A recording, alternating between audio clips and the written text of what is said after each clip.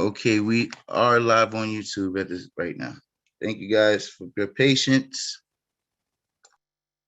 There were people actually waiting on the YouTube channel, so thank you for your patience.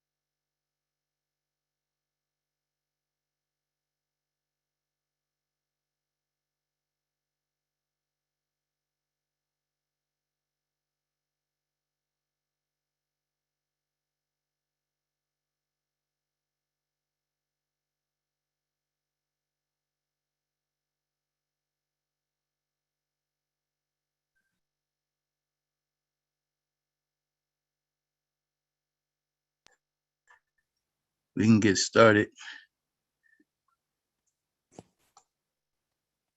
We got the first person coming 7:15, so.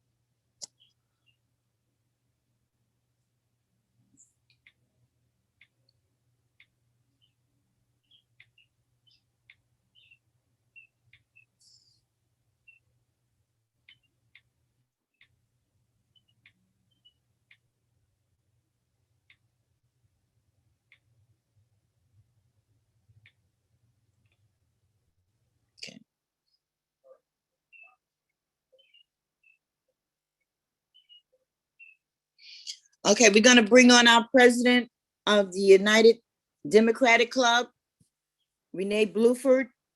We getting ready to start our meeting.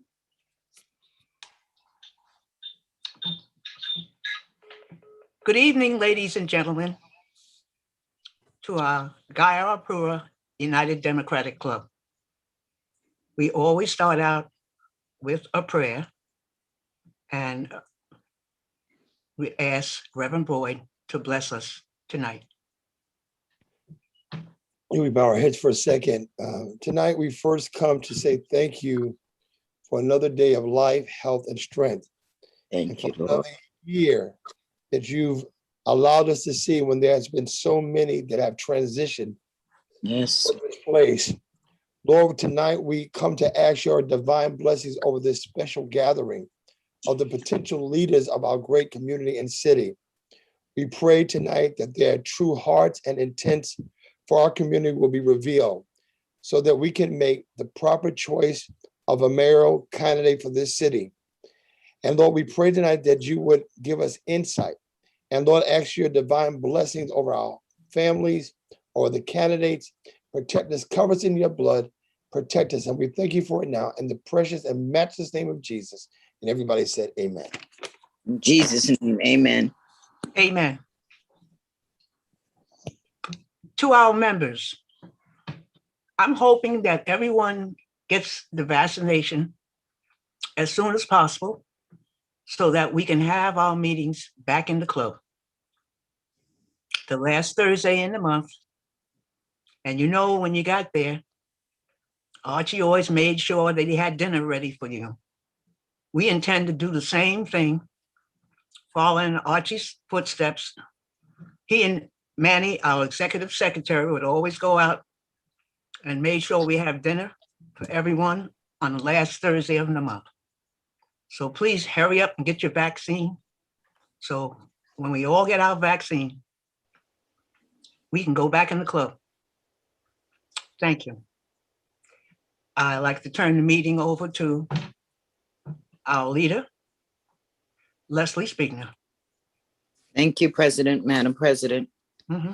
I'm prayerful that people will also go out and get their vaccination. I've had mine. I know Renee had hers. Manny had his. And so we are being very prayerful that you would go out to get yours. We're going to have a Women's Month today, and we're going to move on because we're a little behind. And I just want to introduce our moderator. Everyone in the community know her. I consider her a daughter of Archie and Leslie. She spends so many times in our house late at night having fun, plenty of talks. Gail Lewis has a passion for and a commitment to teaching professionally. She teaches communication at CUNY.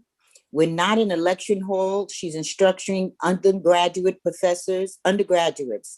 Professor Lewis may be found volunteering in our community, teaching preparation skills, presentation skills, and public speaking. And an award-winning and speaker, Gail Lewis is host of Queens Public Television talk show, Communication Corner, and director of Caribbean Classroom, the longest running Caribbean American talk show in the United States, an avid biker, blogger, and Toastmaster. Gail never passes up an opportunity to watch Star Trek with her family. I love you, Gail, and I'm turning over the program to you. Thank you so much, Executive Leader of the Brewer United Democratic Club, the Honorable Leslie Spiegner. Thank you also to Renee Bluford, President of the Brewer United Democratic Club, and of course, Manny Cogman, Executive Secretary of the Brewer United Democratic Club. And on behalf of all three of them and all of the members of Brewer, good evening, everyone, and welcome to the New York City Mayor Candidate Forum with several candidates for mayor joining us this evening. So the lineup is as follows. Each candidate will have 15 minutes to make their case. I'm going to ask you, our audience, to join in on the fun and to put some questions either on the chat on YouTube, or if you're on Zoom, put them on the chat. And that way we can ask the mayoral candidates questions live as we go along. Let's really put him on the hot seat tonight. So let's get started. I see people are coming in already.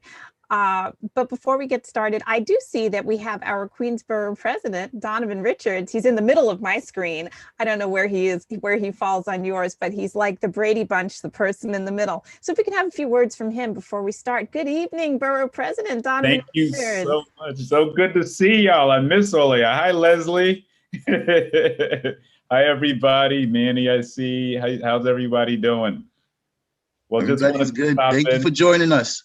Thank you. You know, listen, it's an important night, so I'm not going to be long. I'll come back and give an update another day, because I think this, who you have on today, is very important. It's going to dictate not only the future of the city, but how we reimagine where our community goes in this post-pandemic world. You know, when we think about how COVID-19 impacted our communities more than any other communities, you know, the next mayor is going to be at the forefront of addressing many of the disparities that have historically existed in communities like Southeast Queens. So ask the hard questions, but just wanted to stop by and say thank you to this club. Thank you for carrying my petitions. As you know, this is like my 110th day as the borough president of Queens. We've hit the ground running, working with my colleagues, expanding vaccine sites, community board this year. You know, we hit a record number of applications. We launched the New York Mets, with the New York Mets, the Queens Small Business Grant Program. We're opening up an immigrant welcome center next month. And now we're in the middle of the budget, which is always my favorite. You know, we have about a $50 million budget, and we're working to make sure that that budget reflects, you know, our values and addresses the inequities that many of our systems have felt for a long time. So healthcare, schools, transportation, these are going to be our three key areas we focus on in this budget moving forward. And it's so good to see each and every one of you. Hi, Ms. Bluford, I see you too. I want to thank all of you once again for your support. Thank you for carrying my petitions. I know this year was such a challenging year with COVID-19. And, you know, a lot of you put your own health at risk in order to ensure democracy played out in our community and in our country and city and state. So thank y'all. Love you. Miss Archie so much. I stand on big shoulders and he would want us to continue his legacy by doing exactly what we're doing tonight. So without further ado, I'm passing it back to the one and only Gail Lewis, but want to thank my second mama, Leslie Spigner. Love you, miss y'all. Can't wait to see all of y'all soon. Borough President, if that's your mama, then we're related, because I don't know what's swimming in the gene pool, but then that means as well. So I'm in good company. I can't complain. One question while we're waiting for the candidates to get on. Can you tell us a little bit more about that Welcome Center? And then we're going to ask the Assemblywoman to say a few words as well. Sure. Yeah, the Welcome Center is going to be stationed at Queensborough Hall temporarily. But I have an idea. There's going to be a community center that actually opens up across the street from Borough Hall eventually. And my long-term vision is to make sure it goes in there. But we know that there are a lot of folks in our community, in particular from different parts of the Caribbean, who live in Southeast Queens and all over Queens. You know, you think about Queens, 200 countries represented here. The latest update on languages spoken here, 350 languages spoken in Queens County. So this Welcome Center, I envision, is going to serve as a center for everybody to come who may be undocumented. You may be looking for a pathway to citizenship. We envision it being a one-stop shop for services. If you need to get food, if you need help with housing, we envision this being a one-stop shop for everything. And we're working, you know, we are continuing the tradition that Helen Marshall and Claire Schulman and Melinda built, and that is the Queens General Assembly, which is comprised of people from all over Queens in different walks of life. And they're going to be a part of this initiative too. So, so I'm really excited about this. As am I, looking forward to it. You know, like you said, Queens is the world's borough. So a welcome center to welcome the world basically to where we live. So thanks. Thanks for sharing. Queensborough President Donovan Richards, everyone. Thanks for joining us. See my colleague Alicia on. I know Yeah, it's hard she's and all. actually feeling a little under the weather, so we're gonna Oh, okay. skip her over her. We're not gonna slight her, but we're gonna give her a little breathing room and go on to Millie Rivas, who I'm so happy that she's here tonight. As you know, we are celebrating Women's History Month this month of March. It's not 28 days, but that's a whole other conversation. We have an entire month of 31 days to celebrate women. And Millie Rivas is the chair of the Women's History Committee here at the Guy R. Brewer United Democratic Club. And she has a few words on women's history before we get started with the candidates. Ms. Rivas, are you on tonight?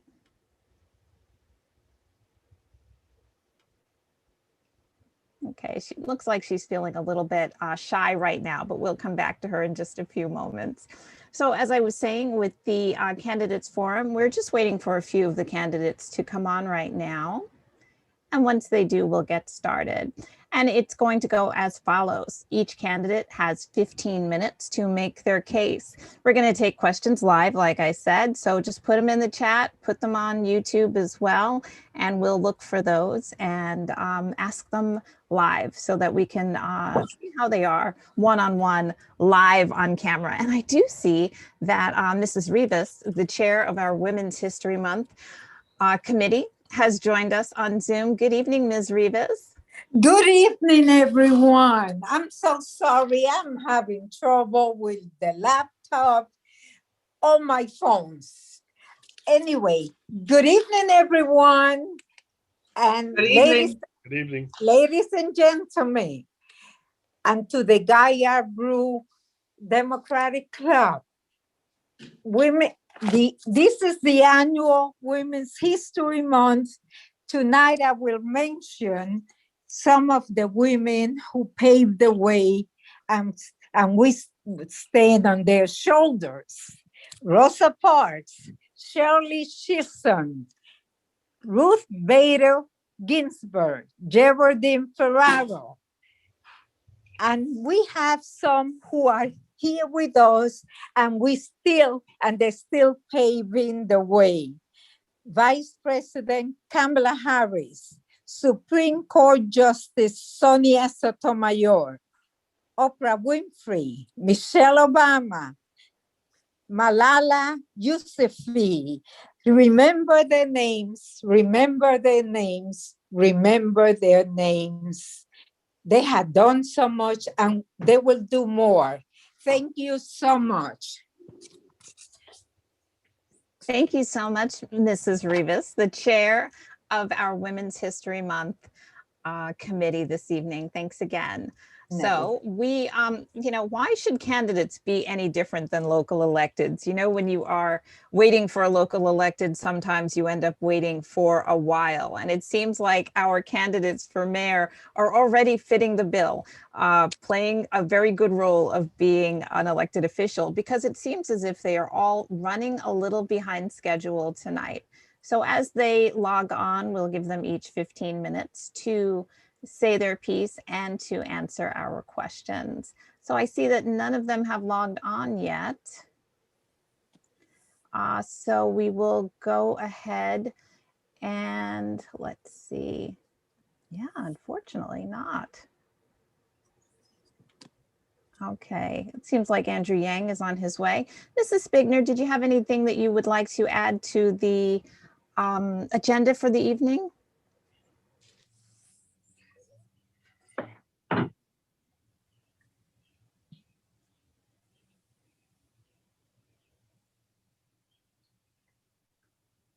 It seems as if she doesn't right now, but I'm sure she'll come back on. Is that, yes, she is.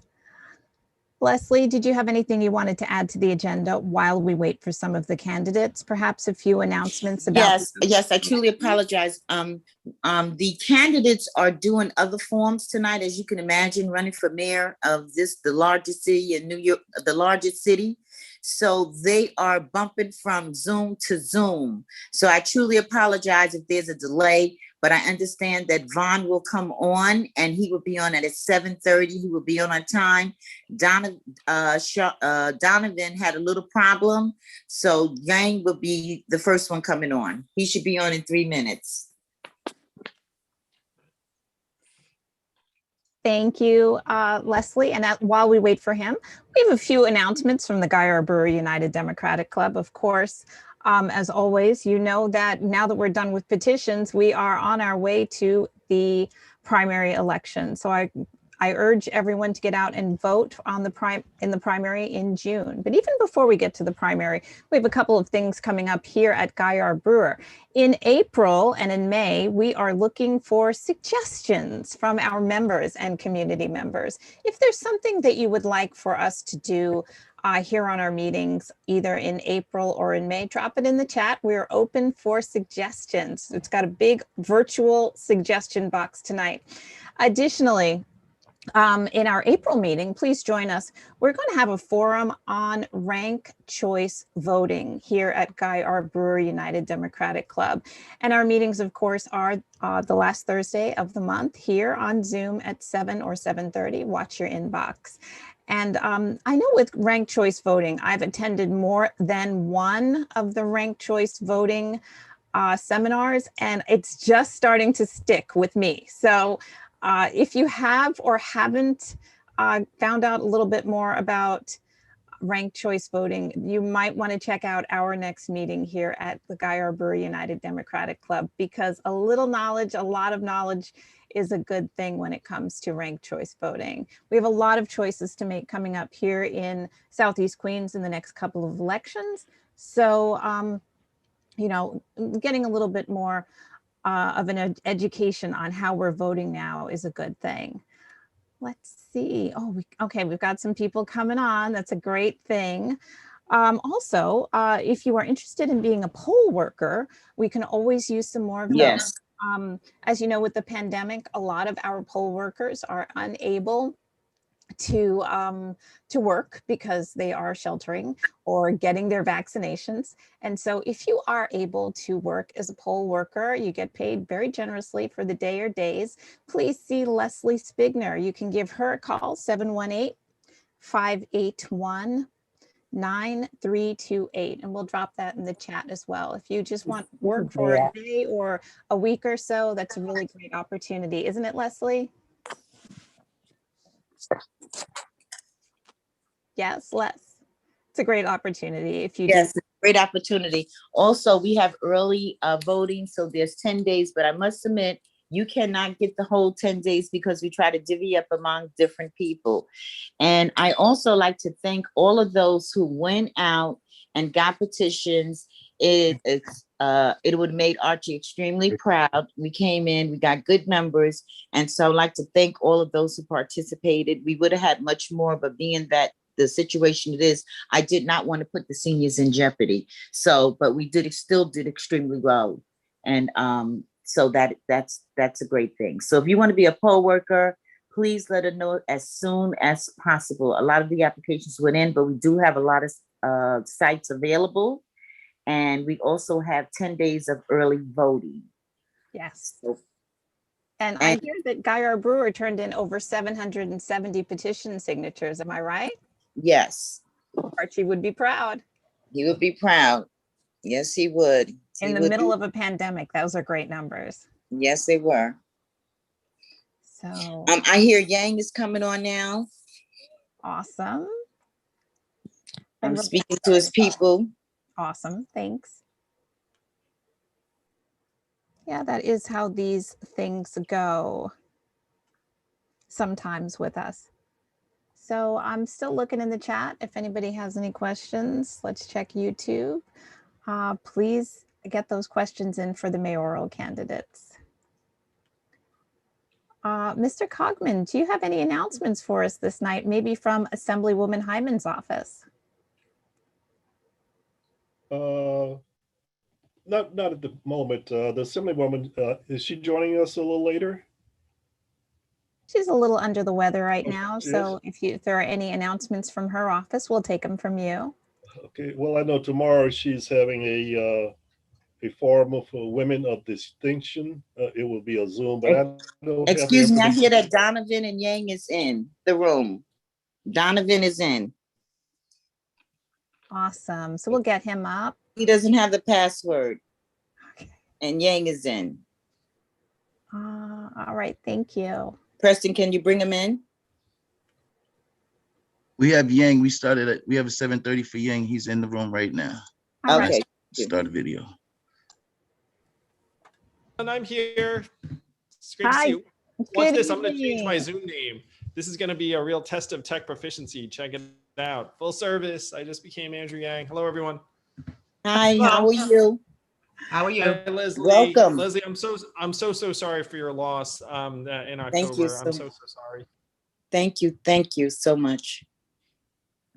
Good evening, Mr. Yang. I'm Gail Lewis. It's my pleasure to make your acquaintance this evening and also to ask you some questions on behalf of the members of the Guy R. Brewer United Democratic Club and also community members who are on the call. They are joining us and asking questions live. So we're going to put you on the spot a little bit. So I don't know if there's a seatbelt in that office chair that you're sitting in, but maybe you want one because this crowd can get a little raucous. Just full disclosure. Oh, it's fine. People are passionate and you all are activists and leaders. It's a privilege to be here with you all. Awesome. It's great to have you this evening. And thank you so much for joining us on behalf of everyone from Guy R. Brewer. So let's get started with that first question. Mr. Yang, why do you want to be mayor of New York City? Oh my gosh, Gail. I want to be mayor because I think I can help speed up our recovery more quickly than any other candidate in the field. I've lived here for 25 years and our city is badly wounded. I'm a numbers guy, some of you may know. We are down 30,000 lives, including friends, family members, and loved ones, 600,000 jobs, 84% of commuters, 60 million tourists, 70% of subway ridership. And a lot of the problems I just listed are not terribly political in nature. They're economic, they're social. And the question is, how can we accelerate our recovery fast enough to frankly provide the resources to elevate our way of life? I think I can not just utilize the city's agencies to help speed up our recovery, but also activate the private sector, the philanthropic sector, and others to try and get our businesses open. I'm a small business owner and operator, from a past life. And I think I can do more to help the small businesses in Southeast Queens and around the city get back on their feet. Great. Thank you. Those are great reasons to be mayor. We've got some questions coming in. The first one is about economic development. Since the onset of COVID-19, New York City's economy has, of course, been depressed. Here in Southeast Queens, on block after block on the major thoroughfares like Merrick Boulevard, Sutphin Boulevard, Linden Boulevard, block after block, storefronts are shuttered. And by the way, we'll talk about Merrick Boulevard in a moment. I saw you there the other day. With stores gone and never to return in the economic depression, what programs would you, Andrew Yang, initiate to stimulate economic development here in Southeast Queens? And piggyback on that, what would you do to stimulate Black-owned business? Thank you, Gail. And I had the pleasure and privilege of accompanying Assemblywoman Hindman around Merrick Boulevard. I guess you might have seen the pictures of us at Sweet Treats and other places. And so when you talk about these programs, I'm not a top-down person, I'm a ground-up person. So the first thing you do is you go to the business owners who are trying to make a go of it. And when I sat down with one of the restaurant owners who just reopened the Caribbean restaurant that she'd worked at for decades, she said that that she'd missed a hearing, and so the city doubled a fine from $1,000 to $2,000 that she wasn't paying, that she had water damage that she had not paid for. And in her case, she was unusually fortunate in one way, which is that she owned the space that her business occupied, which is somewhat unusual because a lot of small business owners owe rent, to a commercial landlord. But what we have to do is we have to go and that Black woman business owner was working, in my opinion, largely for the love. It's like she'd spent years feeding people. And that's true of just about every small business owner I know, where they're not doing it because they think it's like a path to riches or something along those lines. They're doing it because they have offered something to their neighbors, to their community for years, and they just want to be able to do that again. So my goal is to go to those small business owners and work out settlements with their landlord if that's what they need. I would forgive that woman's fines, And I will say that I'm already on record saying I'm going to do this because I've already declared a moratorium on small business fines, like as soon as I take office. Like the last thing small businesses need right now is the city getting in its way.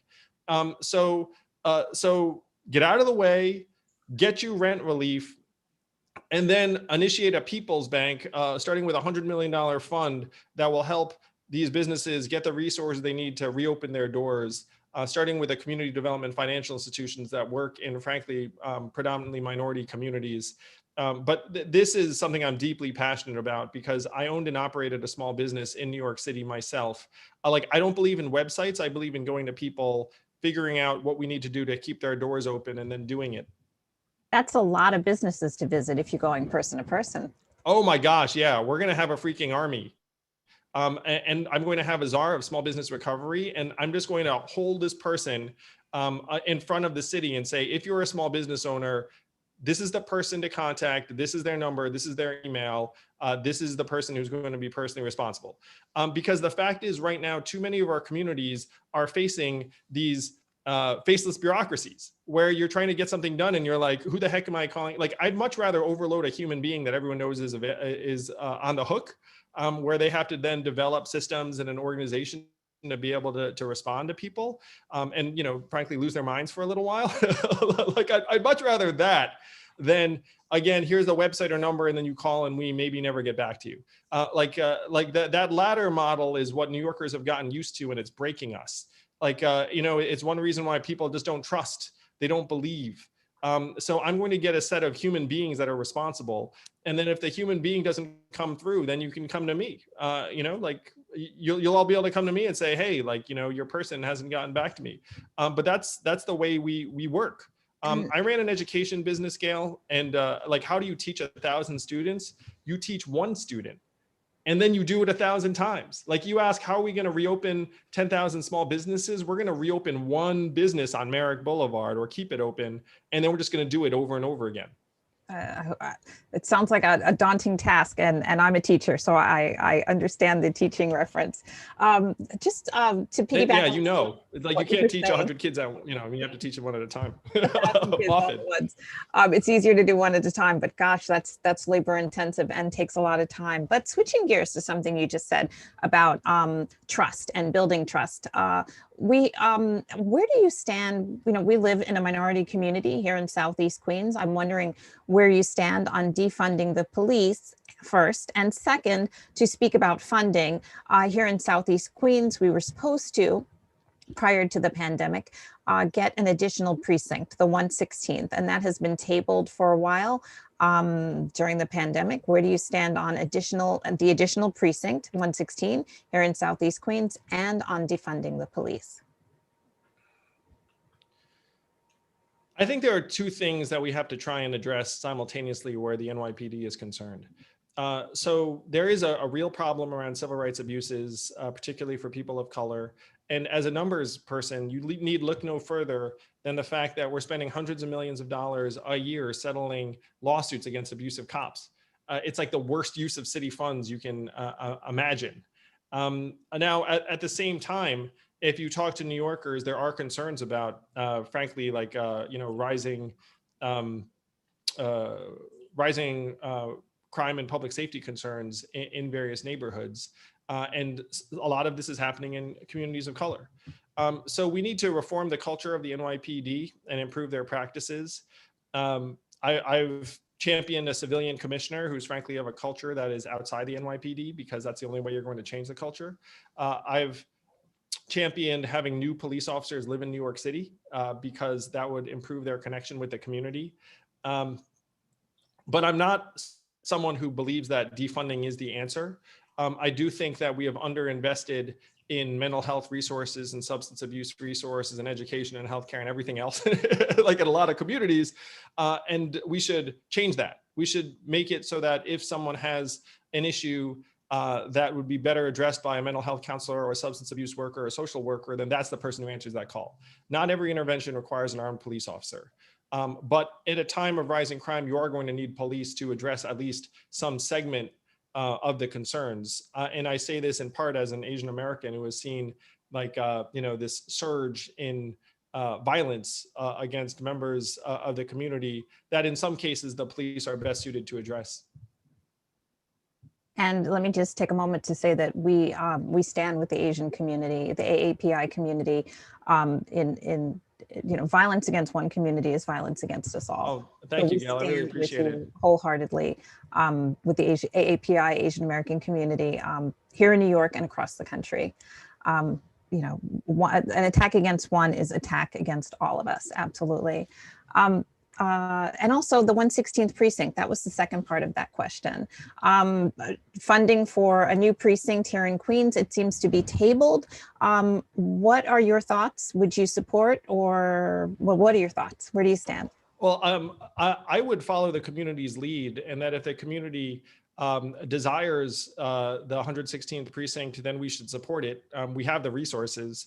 We're spending billions of dollars on police, and if there's a community that feels that they benefit from the precinct, then we should open that precinct. But I would follow the community's lead. Okay, so we'll take that as a yes. Thank you. We have the money. That's one thing I will say. Like, don't let anyone say like we don't have the resources to do it. We have the resources. It's good to know. We have a couple more questions coming in from the audience, and we have about 4 minutes left on your segment. No, that's impossible. I know. We have a question coming in from an audience member who's asking about in a post-COVID world, policies for landlords and tenants. Are you proposing any new laws, any new policies? Yeah, I'm very passionate about this. We have a homelessness crisis that we must prevent from getting worse. A lot of people have lost their livelihoods through no fault of their own. So I'm for extending the eviction moratorium essentially indefinitely, because like it's no one's fault. We should be keeping people in their homes. And then the question is, how do either tenants or landlords get relief? And the answer is this. There is already $1.3 billion up in Albany that's meant to go to either tenant or landlord relief. And I'm going to ask you all, who do you think is better suited to access a relief program? Tenants who have all sorts of situations, or landlords? I'm going to suggest it's landlords.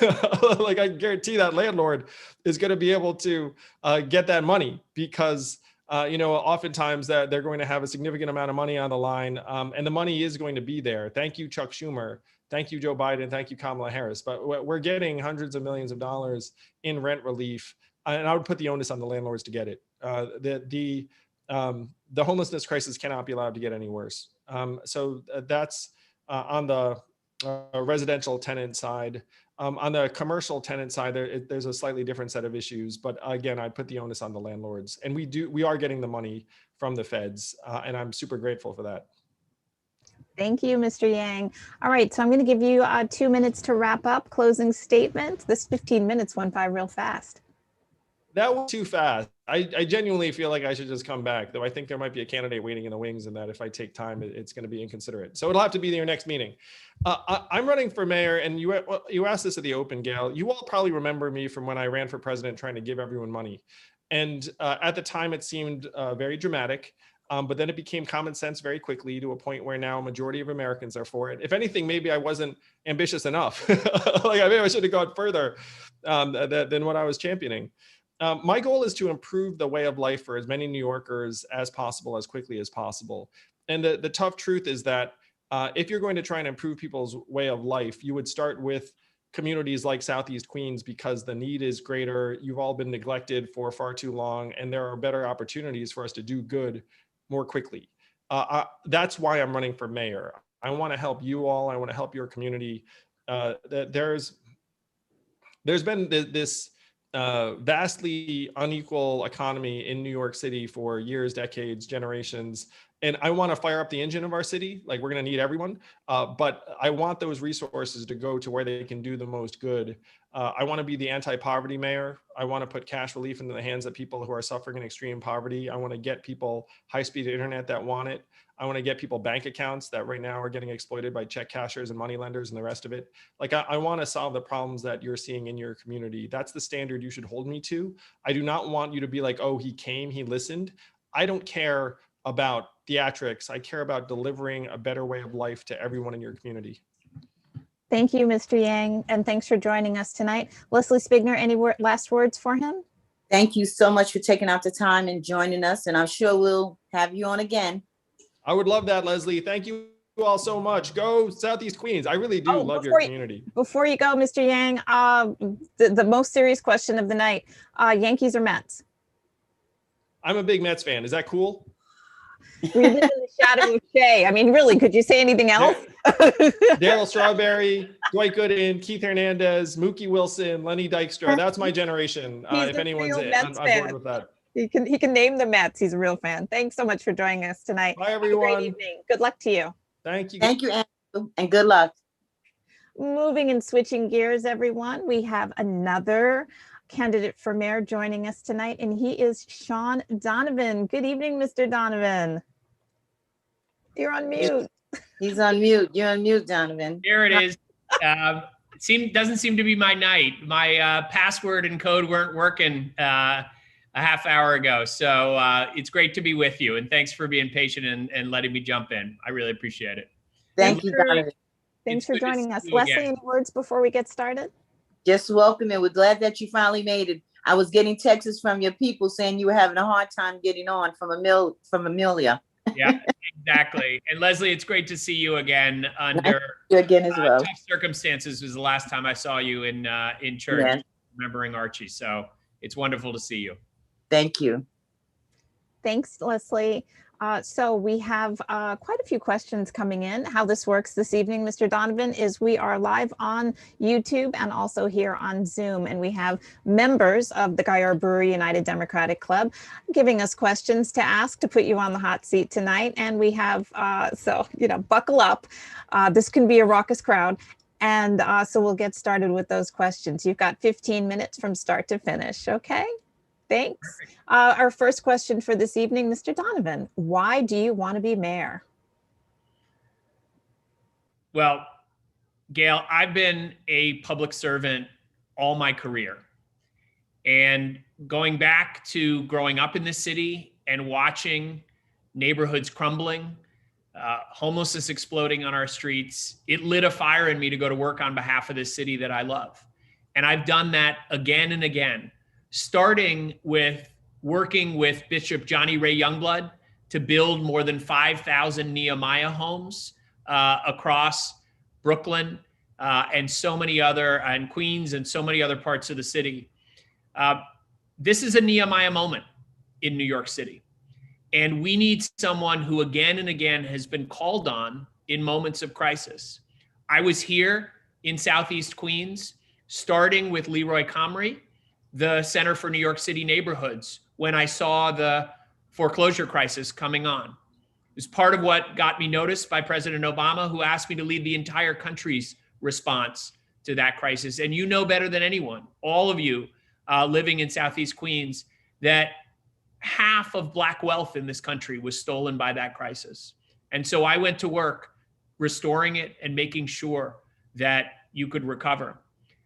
After Hurricane Sandy hit, President Obama asked me to lead the entire federal recovery effort. And I went to work with Chairman Meeks and so many others to build back Southeast Queens to be a safer, stronger community.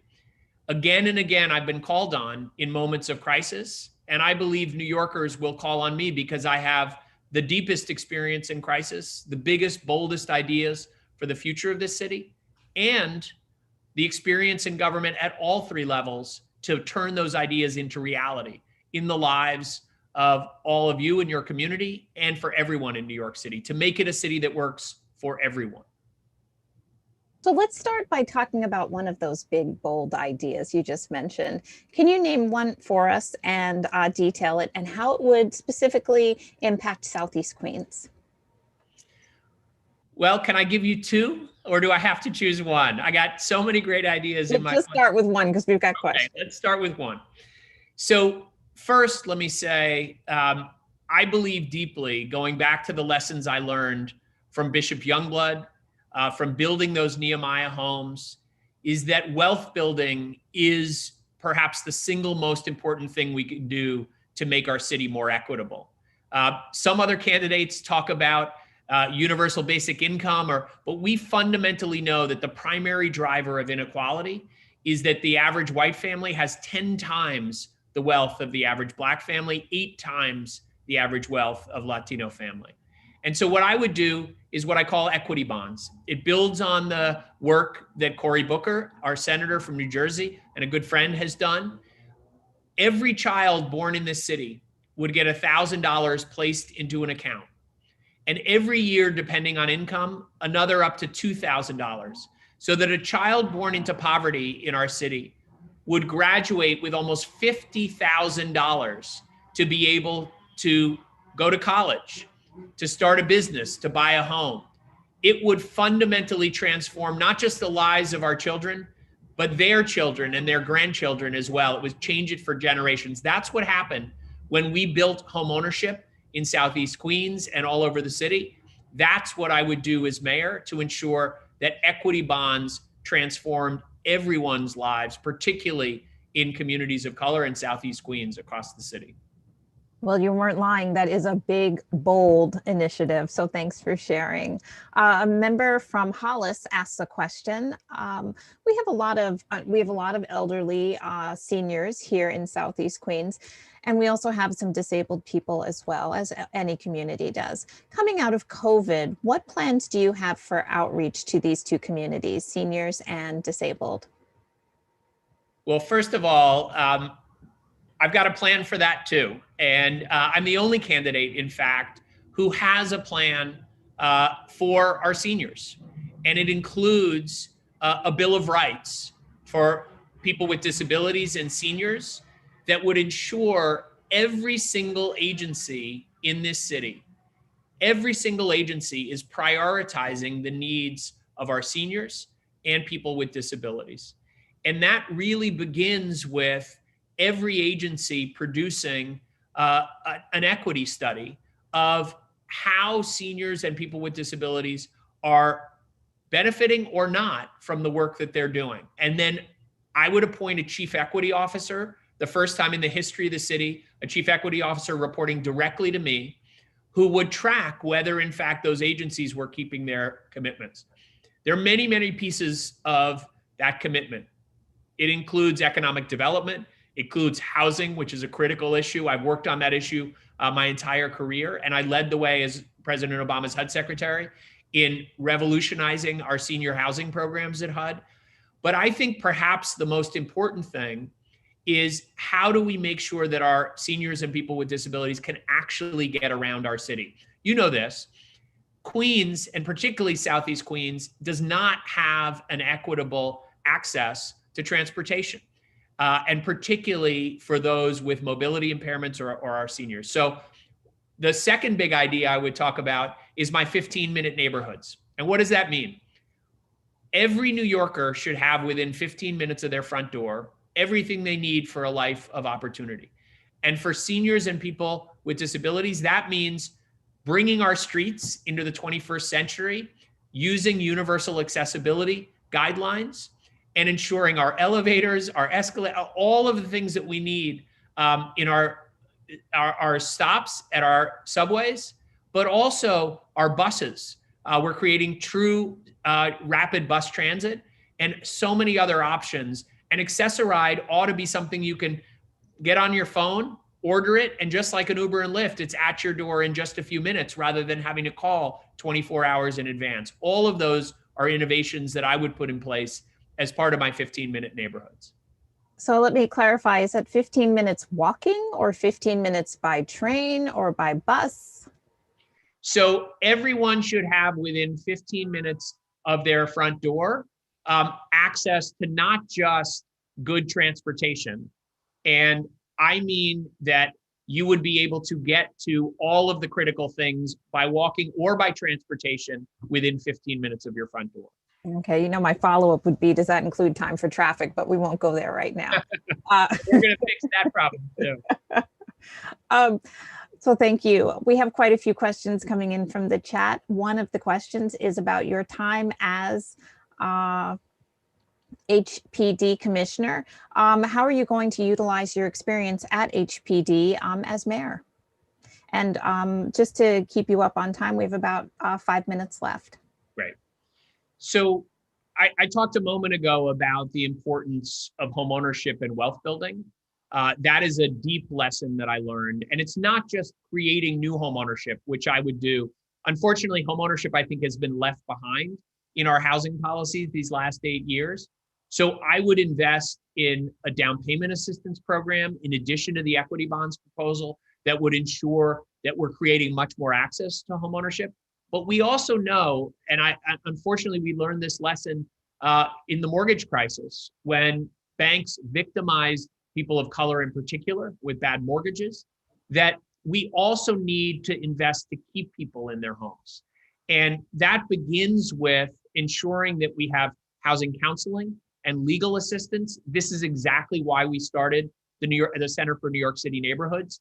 It's now 10 years in existence and has been a lifeline to so many folks in Southeast Queens to be able to stay in their homes. We also need to have access to the funding that's necessary to fix up homes, and small loan programs, small building programs is something that we pioneered when I was at HPD. I would do that. And then the last thing I understand is we have to take on our property tax system in New York City. We know.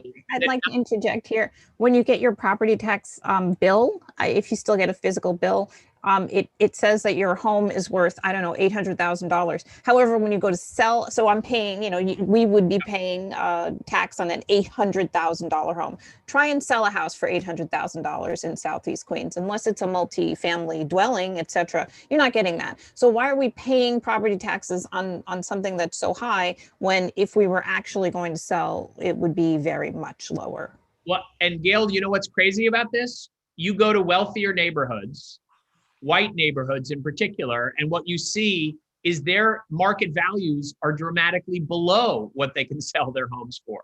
And so this is what's happening in our property. This is why I've joined together with Senator Comrie and so many others in Southeast Queens to file a lawsuit. I led fair housing work. It is racist, our current property tax system, and it disproportionately taxes people of color relative to others. Rental housing is overtaxed, but so is home ownership in Black and brown communities around the city. That has to end, and I would take that on as mayor. And I guess to follow up on that, what would you do to encourage Black home ownership? So I already talked about the equity bonds proposal and down payment assistance. Those are critical tools because we know the primary barrier, especially with the low interest rates we have today, is the ability to have a down payment. But I would go farther than that. We have to, and this is also what the Center for New York City Neighborhoods is doing. We need to start early with our kids in schools to teach financial literacy. We need to make sure that our young people are banked and that they're budgeting and getting ready for home ownership well in advance. When you combine that with the work that I did, plus I would make sure that we're creating many more opportunities for homeownership through city-owned land, just as we did with Nehemiah. Nehemiah Spring Creek is something I created with Bishop Youngblood and East Brooklyn congregations to make sure that we have significantly more land dedicated to it, as well as inclusionary zoning, a homeownership option that would create many more opportunities for homeownership as well. Thank you so much, Sean Donovan, for taking the time out tonight. We have time for a closing statement. You've got 2 minutes. Well, thank you so much for having me. As I hope you've heard, no one has the deep experience in crisis, the big, bold ideas, and the experience at all 3 levels of government to be able to bring this city back. And no one has the deep experience, decades of experience working in Southeast Queens side by side to build Black wealth and to make sure that our small businesses, our communities can actually thrive. Right now, we need a mayor who has been tested in crisis. I was called on by President Obama to lead our recovery from the worst housing crisis of our lifetimes, to build back from Sandy. And what's more, he asked me to lead our $4 trillion federal budget as budget director. And just weeks later, I was called to respond to Ebola, to Zika. I was sitting side by side with Dr. Fauci and all of the other leaders across our government. No one is better prepared for this moment than I am. No one is better prepared to repair and rebuild our city but also to reimagine Southeast Queens and every neighborhood as neighborhoods that work for everyone. That's who I've been my whole career. That's who I would be as mayor. So thank you for having me. Thank you so much, Sean Donovan, for joining the Guy R. Brewer United Democratic Club this evening. Leslie, a few words? Thank you so much. And thank Emil as well. Thank you so much, Donovan. Look at Leslie Spigner. She knows the entire Donovan family. Oh, before you go, Mr. Donovan, Jets or Giants? Giants. All I right. must say, and I got to tell you, I'm a Yankees fan too. You had it up until the Yankees. Sorry. I was at the 77 World Series, Reggie Jackson 3-homer game. If that's not going to turn you into a lifelong fan, I don't know what is. But here's the thing.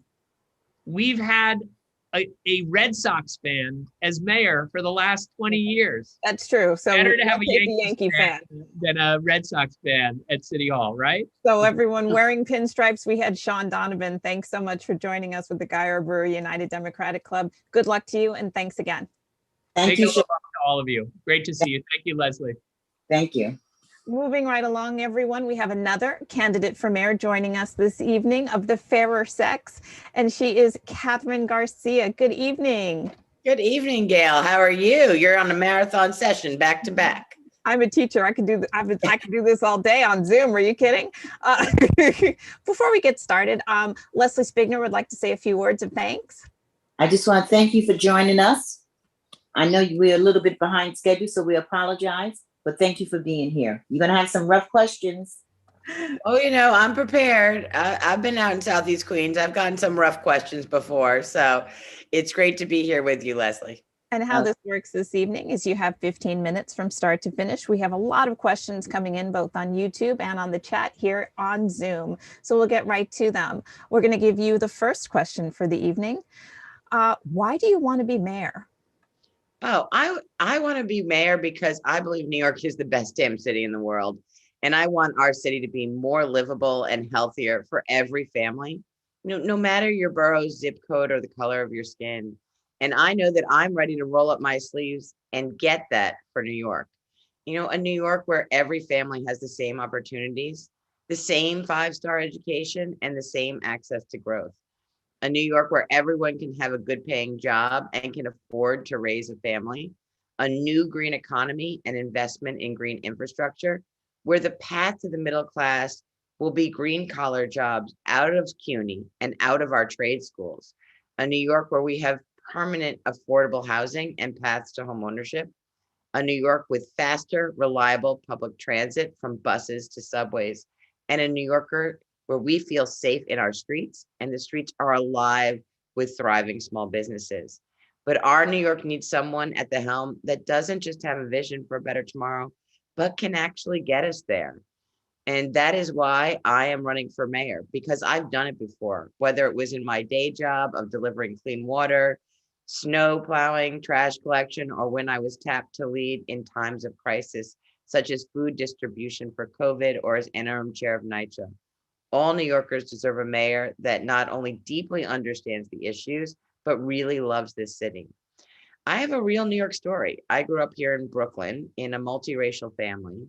My parents, a teacher and a labor negotiator, adopted me and 2 of my siblings and were able to raise all 5 of us on civil servant salaries. And I'm a proud product of the public schools. I raised my family here and I live, 2 whole blocks away from my mother, maybe 15 blocks away from my son now, and have 2 awesome half Puerto Rican kids. But I envision a city where every family can have the same experience, where every kid, no matter their zip code, can become whoever they dream of being. And every family has opportunities to thrive. I wake up every morning excited to deliver a better city for you. And when I'm elected mayor, that is what I will continue to do. So thank you so much for your time tonight. And I look forward to these hardball questions. Woohoo! For those of us who are not as familiar with you, tell us about your last position, what it was and what you did there. Certainly. So technically, I actually had to resign from 4 positions. But, if you want something done, give a busy woman the job. So I was commissioner of the Department of Sanitation. I was vice chair of NYCHA. I was still the senior advisor to ensure that no child was exposed to lead. And I was responsible for the emergency food delivery in the city of New York. And so during the pandemic, not only was I trying to make sure that we kept the streets clean, that we were picking up the garbage when literally more than 20% of the sanitation workers were sick, but also making sure that we kept all of New York City fed. And so literally over a weekend, slightly more than the year anniversary, we set up a program and delivered 130 million meals to people who were sick or couldn't go out because they were scared or they were homebound. And we also really stood up a program to support our food pantries and our churches across the city because they were stepping up in really significant ways. So it was a busy time for me. That's all I will say is during the pandemic. I definitely did not have enough time to bake sourdough bread. You didn't have sourdough in your basement like everyone else I saw on YouTube. Yes, I missed that. I was like, people asked me at a lightning round, like, what's your hobby that you developed? I was like, I was working. Yeah, not that. So we have quite a few questions coming in. The first one is about our hospital system. COVID-19 has highlighted the need for additional medical services overall, but especially here in Southeast Queens. We've had just a rash of hospital closings, Hillcrest, St. John's Peninsula, Mary Immaculate right down on Hillside have all closed in recent years, just leaving a dearth or a lack of hospital beds. What are your plans to increase hospital beds and medical services here in Southeast Queens? Well, one of the things we all learned that we probably didn't know was that Manhattan has 3 times the number of hospital beds than any of the outer boroughs. I think we have 2 per 100,000 people, and they have like 6. I stood recently in Far Rockaway at St. John's because they're planning to close that hospital. This is about the fact that we do not have the proper Medicaid reimbursement and advocating at the state level so that those hospitals are supported. I've been in the emergency rooms in Southeast Queens. They are, on a good day, in a non-pandemic day, they are super busy. And we know that we need to make sure that there's access to emergency rooms across the city. I believe that we also need to lean in on telehealth because one of the things we know during COVID is that it was those folks who had underlying conditions that were the most vulnerable. And hopefully everyone got their shot who was in a vulnerable category. I just became eligible, so still looking for an appointment.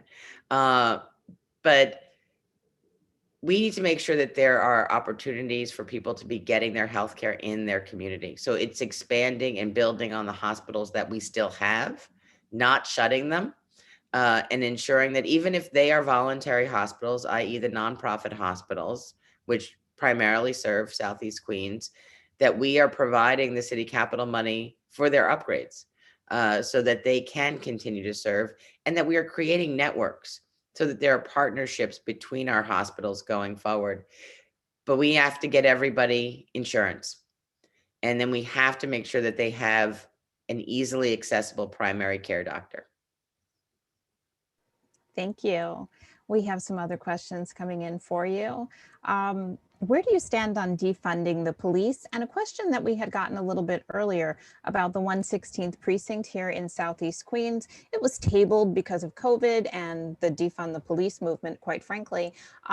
Your thoughts on the 116th precinct, adding a precinct here in Southeast Queens, and your thoughts on defunding the police? So I do believe you need a new precinct. I can't remember what the mileage is from north to south in the current precinct, but if you have a 911 emergency, it's a long drive. And it was tabled because we also don't effectively deliver our capital projects. It's been on the books for probably 5 years. You would think that we could have had it built by now. And so I am committed to the fact that we do need a new precinct in Southeast Queens. I am not a hashtag politician. I do not believe in defund the police. I believe we can have a police department that both protects our communities, but also is respectful of our communities. Like my brother is Black. I know the difference of when I walk into a store and when we walk into a store together. His life is valuable to me, but that also means that I want to make sure that he's living in a community where we are seeing gun violence decrease, not increase. And so I am committed to making it so that we have a police force that is respectful. And I have made several, I think, practical recommendations. You know, in some ways, discipline for the NYPD is outsourced. As a uniform commissioner, I wasn't overseen by the 5 DAs or the 2 US attorneys or the CCRB. Discipline was on me to make sure that that happened within the force. And I effectively did that. Now, if you take private waste for a bribe and put it into a public truck, you get fired. You know, for $20, I will fire you. Not, you know, no ifs, ands, or buts, you get fired. We do not have the police commissioner and their chiefs holding their force responsible, not only for the day-to-day, like you should wear your mask, you should not be on Twitter while you are on patrol, but also that you are working with communities, and if you do something egregious, that you are fired. And that has to be where we have the accountability going forward. But we also need to raise the age of police officers. I think 21 is far too young. That So they an need older, you mean to join the force? to join the force. Mhm. Because we are literally asking them to carry a gun and a badge and make judgments. And 25, your brain's just a little bit more mature. The second thing is I do believe that they should live within the city, the new recruits, which I know requires state law. But I think it's important. We've all got to be in this together as we move forward. But this is about management. You get what you measure. If you measure arrests, you will get a lot of arrests. If you measure interactions with community, you will get interactions with community. And if you promote, if you get this first star because of that, that sends a huge message through the force. And speaking of measuring things, if you measure the amount of businesses that have closed in Southeast Queens during COVID, your measurement is going to be very high. And unfortunately, even before COVID, our economic development here in Southeast Queens has been less than other communities. As mayor, what would you do to establish, to reinvigorate, to revitalize our economic opportunity zones here in Southeast Queens, and also to piggyback on that, to add more jobs for youth. So, for example, summer jobs, et cetera, et cetera. So first and foremost, it's not only about the fact that we have to support our small businesses because of the business, but they are 50% of our private sector employment. We must make it so that they have the resources that they need, which is why I have proposed a 3-point plan about how to support our small businesses. We need to get bureaucracy out of the way. I have proposed a 1 city permit so that you don't need to go to 8 agencies before you sell a bowl of soup. I have said that we need to open up our public spaces so that you have the street or the plaza to do retail, to do restaurants, because we also are, I would say, 8.7 million food snobs. Prior to COVID, we ate 40% of our food in a restaurant. So we like to go out, and we need to make it easier for businesses to be able to do that. But we also need to support them with money. And that means creating a micro lending program for small businesses with under 20 employees and crowdsourcing it so that we are leveraging private dollars as we move forward. But we also, and then the summer youth or jobs for teenagers and young adults. Absolutely. I have said that we have to have an economy that works for everyone.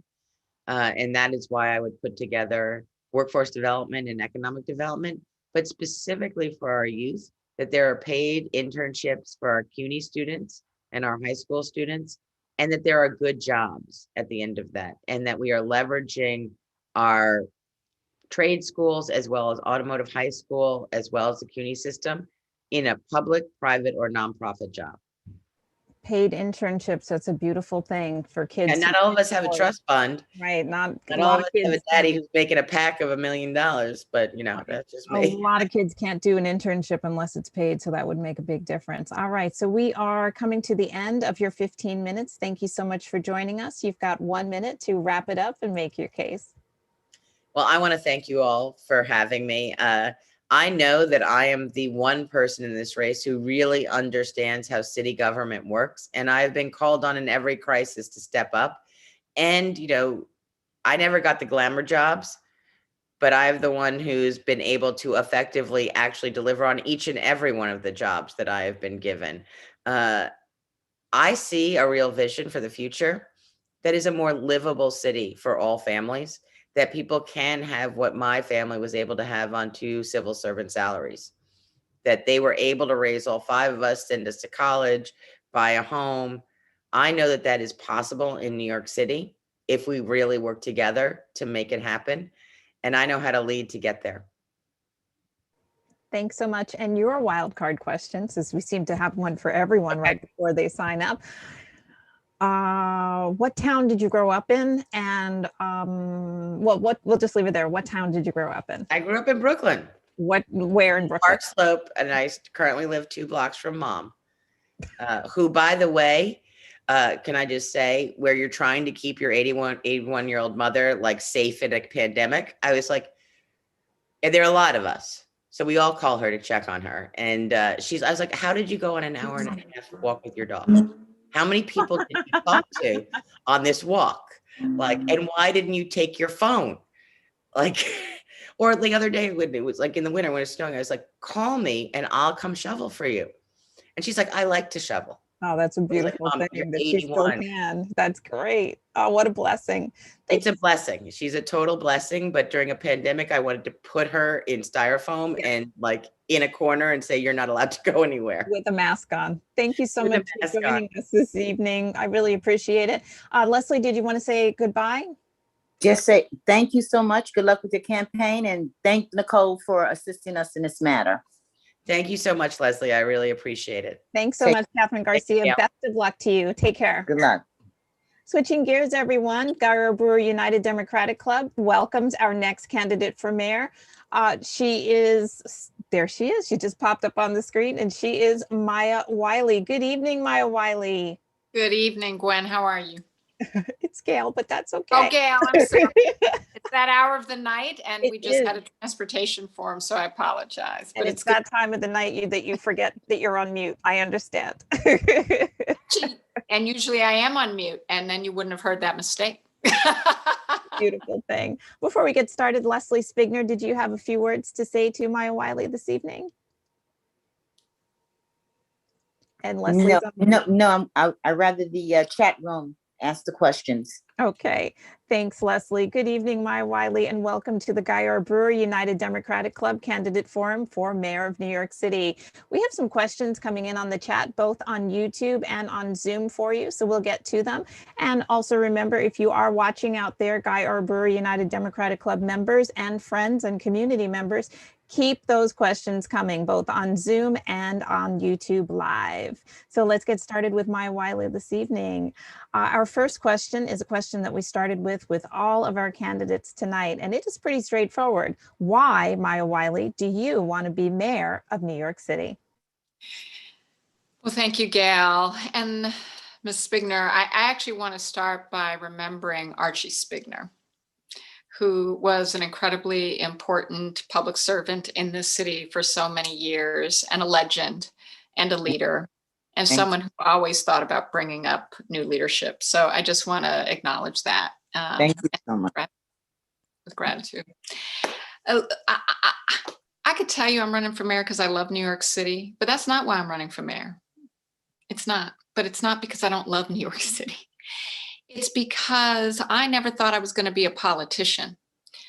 I never set out on my career. I'm a civil rights lawyer and racial justice advocate. I've worked at everything from the ACLU, NAACP Legal Defense Fund on access to health care, sued St. Luke's and Roosevelt Hospital, keep maternal and child care in beds in Harlem, knowing hospital beds is an issue for Southeast Queens as well.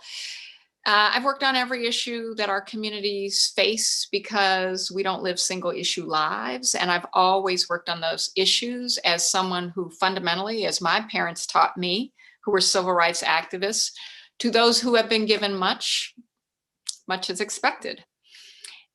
For me in this moment, I felt called to this race. I didn't feel that this was something I should do as a career move, I'll be honest. But I did feel called to it because we know we were facing pandemics before COVID struck. And it was the pandemic of affordability. It was the pandemic of systemic racism. So many of the questions I know that has been raised in this club actually circle around the very experiences we have as people of color, as Black people in this country that we have never solved, but have just worsened over time with the failure to neglect in our communities. And then the spiritual exhaustion that comes with the fact that we've been fighting on these same issues for so long. And then COVID hits. And it takes everything we've been experiencing, it deepens it, it fast tracks it, makes it worse. We're traumatized. So that spiritual exhaustion has become a new level of exhaustion. And so I felt called into this race because as someone who spent decades fighting for our communities as a lawyer, as an advocate, and as someone who went into City Hall in 2014, proud to be the first Black woman to be a counsel to a New York City mayor, going in for the mission, because the mission was finally to focus our resources and attention on the communities that had not been attended to. And I'm proud of some of what we got done there. And proud that I had the opportunity to do things and work with a team on things like universal pre-K. I'm also proud that I got to show city government how to do things it never thought to do before. Like when the mayor said, you've got universal broadband, got every single apartment in Queensbridge houses free broadband paid for the government by the city as a safety net, and had laid out plans for that to happen in public housing developments in every borough. But I say that because we got it done, but we got it done because the way I lead is by listening and learning and in partnership with people in terms of the priorities, but also in terms of getting government to partner with itself, but also to partner outside of government with the folks who are impacted by the problems they have. And that's what it means to come out of Black community. That's what it means to come out of a civil rights tradition. That's what it means to come out from a perspective that says it's about people first. So I felt called in because I also feel like we've been far too divided and that we're not going to get the solutions we need. We're not going to get finally to take this pandemic and not just see it as a crisis for recovery, but see it as an opportunity for reimagining, for fixing what it fast-tracked that was broken before COVID hit. So I am running because I'm a change maker and I'm running to make change, but I'm not going to run by myself. I'm only going to run with people and with people who are about our people and about getting it done. Thank you. And I don't know if I mentioned in the beginning, but this block is 15 minutes long, so your time has already started with that first question.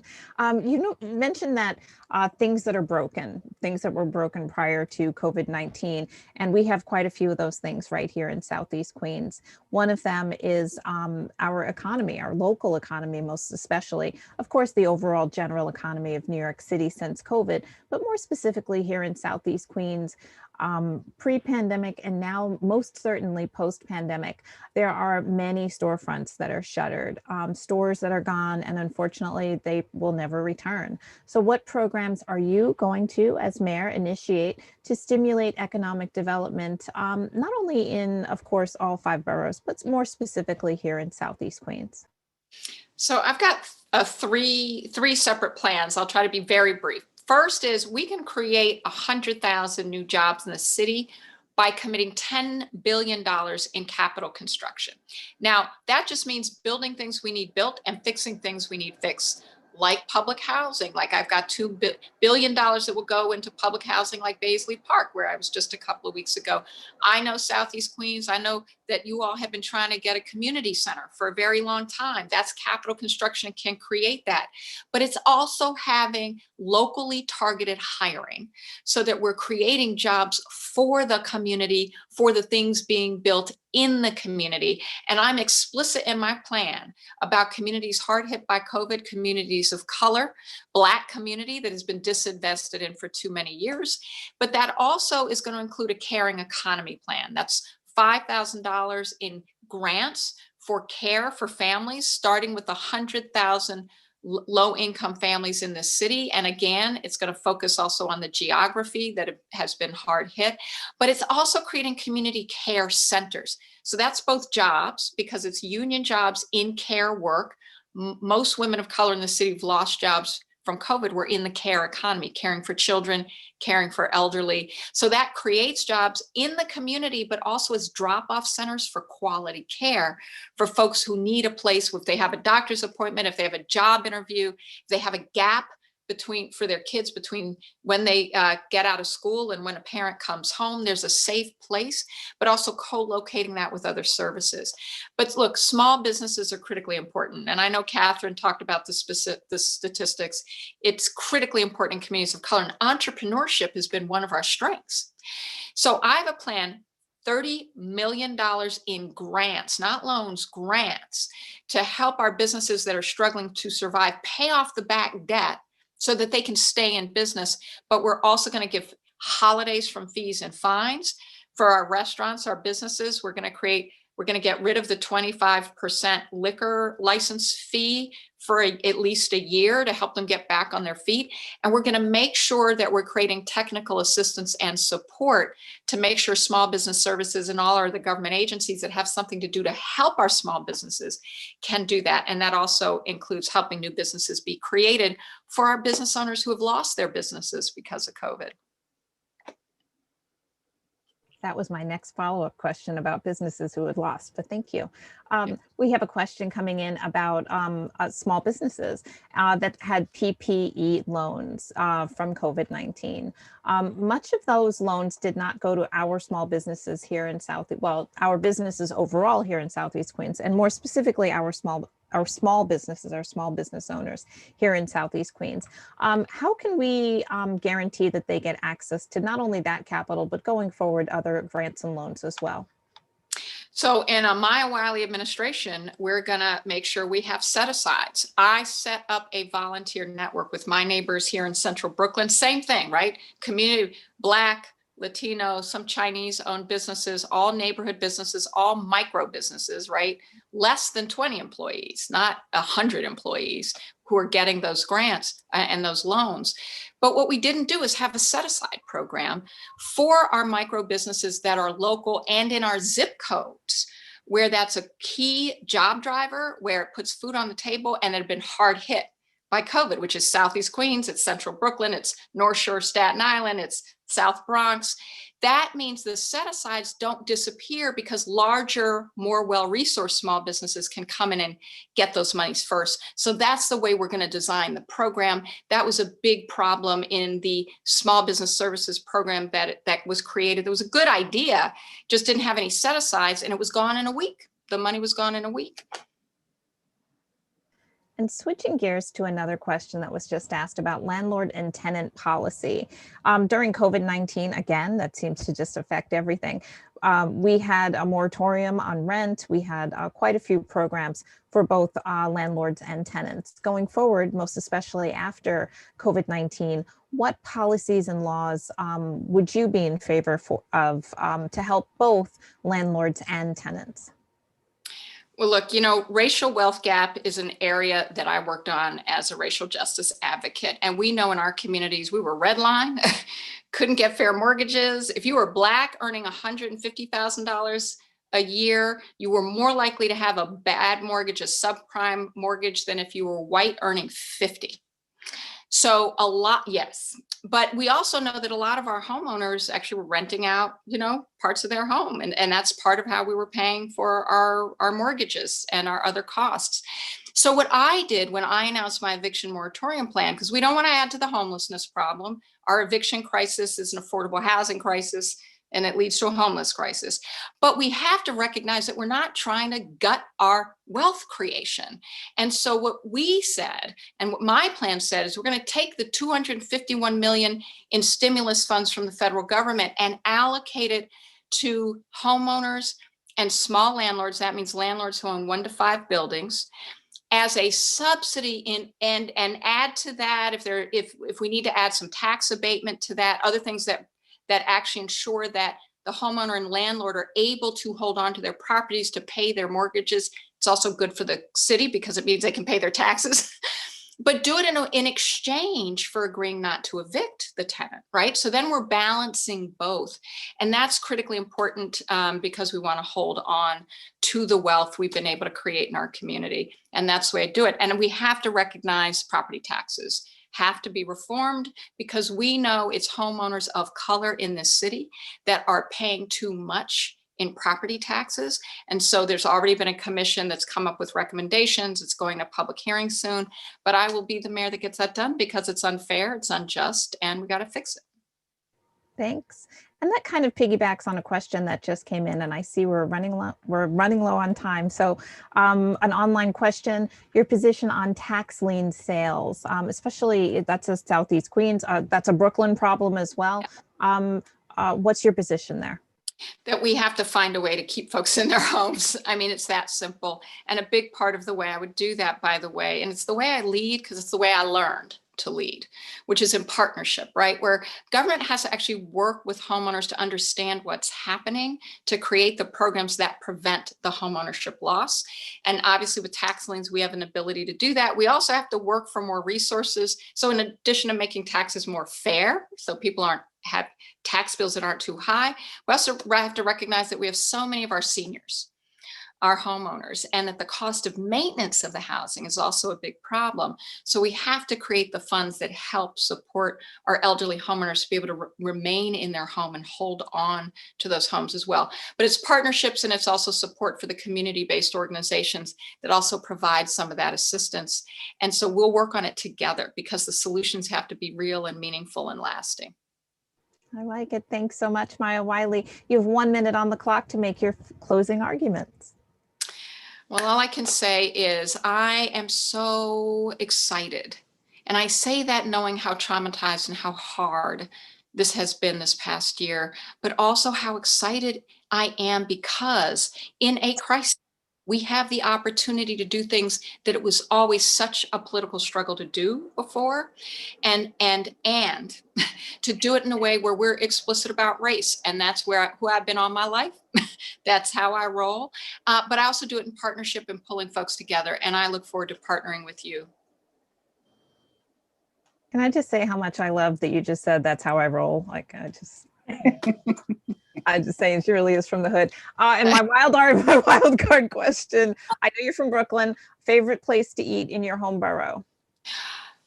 That is hard because there's, I could eat my way across the city, but I'm going to say Peaches. Peaches is a Black owned restaurant. It's actually in central Brooklyn. It's in Bed-Stuy. Favorite dish? Lemon. Oh, they have a cornmeal catfish. Oh, you had me at cornmeal. Okay. I know. Cornmeal, fried catfish. And what are you going to do? They have some slammin' mac and cheese. You get the greens on the side. They do a mean, and I mean mean like you clog your arteries and you might have a heart attack and die mean, pound cake.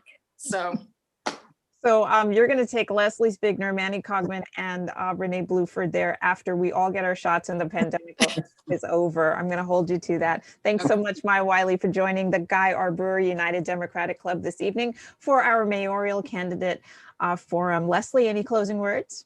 Thank you so much. And I'm looking forward for that meal. I've been vaccinated, and also like to thank Allison so much. Thank you so much. Thanks, Maya Wiley. Thank Best you. of luck to you. Have a great evening. Be well. All right. Thank you. Thank you. Now switching gears, ladies and gentlemen, we have another candidate for mayor up this evening. He's working on his picture. There he is. Okay. He is live and in person, and he is Ray McGuire, or as we call him, Ray for mayor. Good evening, Mr. McGuire. Ray for mayor, getting it done. How are you, Miss Gail Lewis? I am well. Good to see you again. Before we get started, Leslie Spigner, any words for Mr. McGuire? Thank you for being on, and praise God. Praise God. Thank you. Amen. All the time. All the time. So, All the time. Mr. McGuire, thank you and welcome to the Guyer Brewery United Democratic Club Mayoral Forum. How it works this evening is you've got 15 minutes from start to finish. We've got questions coming in both on Zoom and on YouTube from our audience, which is made up of Southeast Queens residents and, of course, Guy R. Brewery United Democratic Club proud members, and also other people who just like to watch YouTube as well. So buckle up. Here we go. You ready? I am ready. 15 minutes start to finish. We started the clock. First question. Why, Ray McGuire, do you want to be mayor of New York City? Well, thank you for asking me that. And I'd be honored to tell you. But first, let me take a moment to recognize the late inimitable leader of ours, Mr. Archie Spigner. And it is on his shoulders that we all stand. And I'd also like to acknowledge District Leader, the Honorable Leslie Spigner, and all the elected officials and district leaders. And I also like to acknowledge Renee Buford, the president, and Manny Kaufman, and my team here. I think you all know that I feel it a great team, many of whom live in the district, Taquana Henderson and Rashida Smith and Derek Davis. So I'm running for mayor because, you know, when I came to the city, I had three things. I had a great education, I had a lot of debt, and I had no money. And I got to the city based on my mother's sacrifices and her prayers. And this has always been a walk of faith and will continue to be a walk of faith. I take what I came up with as my lived experience, and I take the experiences I've been able to have and fortunate to have in business, where I've managed budgets often larger than many state budgets and negotiated very large transactions. And in so doing, I've also made certain that while I was a soul brother, S-O-U-L, I wasn't a soul brother, S-O-L-E. And I, like on the shoulders of Archie Spigner, I've also made certain that I extended the ladder the way he's extended the ladder, and made certain that Black and brown boys and girls got trained and got jobs and were able to perform and get promoted and get compensated so they could take on positions of responsibility. And it's likely that I've created more wealth and given more opportunity to Black and brown young men and women than all the other candidates combined. But I come to this at a moment in time when the city is facing the crisis of COVID, the crisis of the economy, the crisis of religious and racial hatred, and the crisis of climate. And I have a vision, and I come to this without owing anybody anything other than the Almighty and my mother and my family. I'm not in anybody's pocket. I come to this with those 3 or 4 things behind me as my foundation. And I have a vision for this city, which is a vision of the greatest, most inclusive economic comeback in the history of this city. It is safety and security, and it is education. That's the vision, and those are the 3 pillars on which that vision rests. The economy, no jobs, no economy, no jobs, no dignity. Southeast Queens has been hit hard, and we need to make sure that we create the jobs.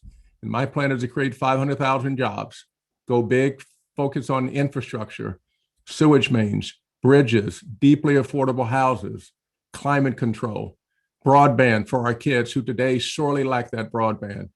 It is going small, making certain that we give a lifeline to those small businesses that represent 50+% of the employees in New York City. Making certain going forward that this is an inclusive economy. $22.5 billion of procurement given out during 2020, 82% of MWBEs received nothing, 0. And I want to fix that. So it is the most inclusive comeback in the history of this city. Then it's safety and security, respect, accountability, and proportionality become the culture of the NYPD. We can go through that in as much detail as you'd like. And education. It shouldn't be the case that today, the way it is, 3rd through 8th grade, Black and brown boys, 70% below proficient. I have a plan called Cradle to Career or Cradle to Job that focuses on making sure that our children get the best, highest quality education that's available anywhere. So that's a little bit about who I am. That's a little bit about what my vision is and what I've done, a little bit about my vision. And I should say that I have had the privilege of speaking with many of you individually and I'm appreciative of the guidance, the insight, advice, and above all, your prayers. I was today with one of the leaders there in Southeast Queens with Kevin Livingston, and we talked about, I was in downtown Jamaica, we talked about the hatred that is now amongst us. We've lived this for years, and if there's ever a point in time in the history where we're going to address it, now is that time. And I'm the person in whom the city can trust, who has a proven track record of making certain that the least of thee, especially those Black and brown people, have been included and will be included going forward. And that's why I'm running for mayor. And from that opening question, we have a lot of follow-up questions coming in, especially from YouTube. So keep them coming, guys. From YouTube, to switch over to jobs, how can we get higher paying unions? Union jobs are really great jobs. They, benefits and of course the pay. How can we get them to recruit and hire and retain more minorities so that especially those capital construction jobs are available to people of Southeast Queens and overall in the 5 boroughs, people of color? This gets to my inclusiveness, and it's by design, Galos, it's by design inclusive, because it shouldn't be the case, as we have done historically, and I've cited the numbers, 82% of the MWBEs get 0. And so I will, by design, and I'm going to be held accountable to make certain that we create the contracts and the size of the contracts, and not just in response to a request for a proposal, not just one, but so that we can build the business. I'm going to break the contracts down so that we can make certain that we have the right talent to be able to meet those contracts. And then I'm going to make sure that we have continuous contracts. I'm going to do this by design.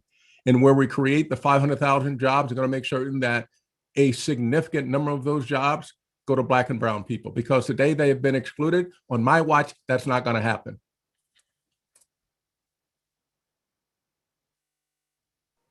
And switching gears a little bit, from high-paying jobs. Before you get a job, you've got to be born, you've got to be raised, you've got to go to school. And so the follow-up question to that is, explain to us your Cradle to Job initiative. Yeah, my Cradle to Job initiative includes the following. Now, I want to be really specific about this. Pre-K is good, but it needs to be expanded. And we also need to acknowledge that by the time many of our kids get to pre-K, they're already behind. So I want to start from 0 to 4. I want to make certain we have truly affordable childcare. And we've seen when the doors were open a couple of days ago, earlier this week, 200,000 people, first opportunity applied for affordable childcare. So I want to make certain we have affordable childcare. I want to make certain that we have care for the parents and that we appropriately compensate the caregivers. That's from 0 to 4. So by the time our children arrive at pre-K, they're ready, they're available. And then what I want to do, and I want to be really specific about this, I want to make certain from my account that by the end of the 3rd grade, every child in New York City can read. Why is that? Because all the educators will tell us that between 0 and the end of the 3rd grade, our children are learning to read. After that, they're reading to learn. We've lost far too many, especially in this COVID world. And then I want to begin to make certain that at the 6th grade, our children get exposed to different career opportunities. They become educators, they become welders, become plumbers, they can become software engineers. We expose them. And I also make certain that they are both digitally and financially literate. And in the 8th grade, I want to make certain that given what they've been exposed to, and we can call it vocational training, that our kids get paid summer jobs. I had a summer job. I dug ditches, I laid tile, I changed bedpans, I took out IVs, I built boxes in the basement of Phil's dress shop. I was a gopher, but I had a check and it kept me out of trouble. And I felt good about myself and I could contribute something. So that then I want to make certain that 8th grade, and then they have jobs every summer. So by the time they get to the 12th grade, and we do need to increase the graduation rate, by the time they get to the 12th grade, they can do one of 3 things. They can go into that career job to which they've been exposed. They can go to a 2-year or 4-year college. And I want to be held accountable for that. And oh, by the way, I have a plan for education today because we've lost so many of our children. I want to make certain that we have summer school. The parents can opt out, but I want to make summer school available so that at one point in time today, we can remediate the losses that our children have suffered. So that's my Cradle to Career, Cradle to Job. Today, in the immediate situation, to make certain that we remediate for the kids who we've lost for a year or two because they had no broadband and they had no tablet. That is insufferable. We need to deal with that today. And a follow-up question, charter schools, yes, no, maybe, keep the amount that we have, add more? I want to have the choice, that the parent should have the choice. I want our kids to have a quality education. A district school, a magnet school, a charter school, give me the best quality education. The only reason I'm here is because I got an education. The only reason. It should not be the case, which is what it is today, that any of our children's lives are determined by that zip code, which is what it is. We need to change that. We need to give high quality education in whatever form the parents choose. We ought to make it available to them, but it's got to be the best quality education independent of zip code. So is that yes or no on charter schools? More, fewer, stay the same as far as number? You know, I'd like to have more choice. So make certain that we have the right regulations in place. But I'm for giving our kids, certainly not fewer. We need to give our parents the choice. We need to give them the best quality education. We need to regulate it clearly. But if the question is more or less, it's more. Okay, thank you. And we've talked a lot tonight with all the different candidates about landlords and tenants. Specifically, a lot of people right now, especially with COVID-19, need rent relief.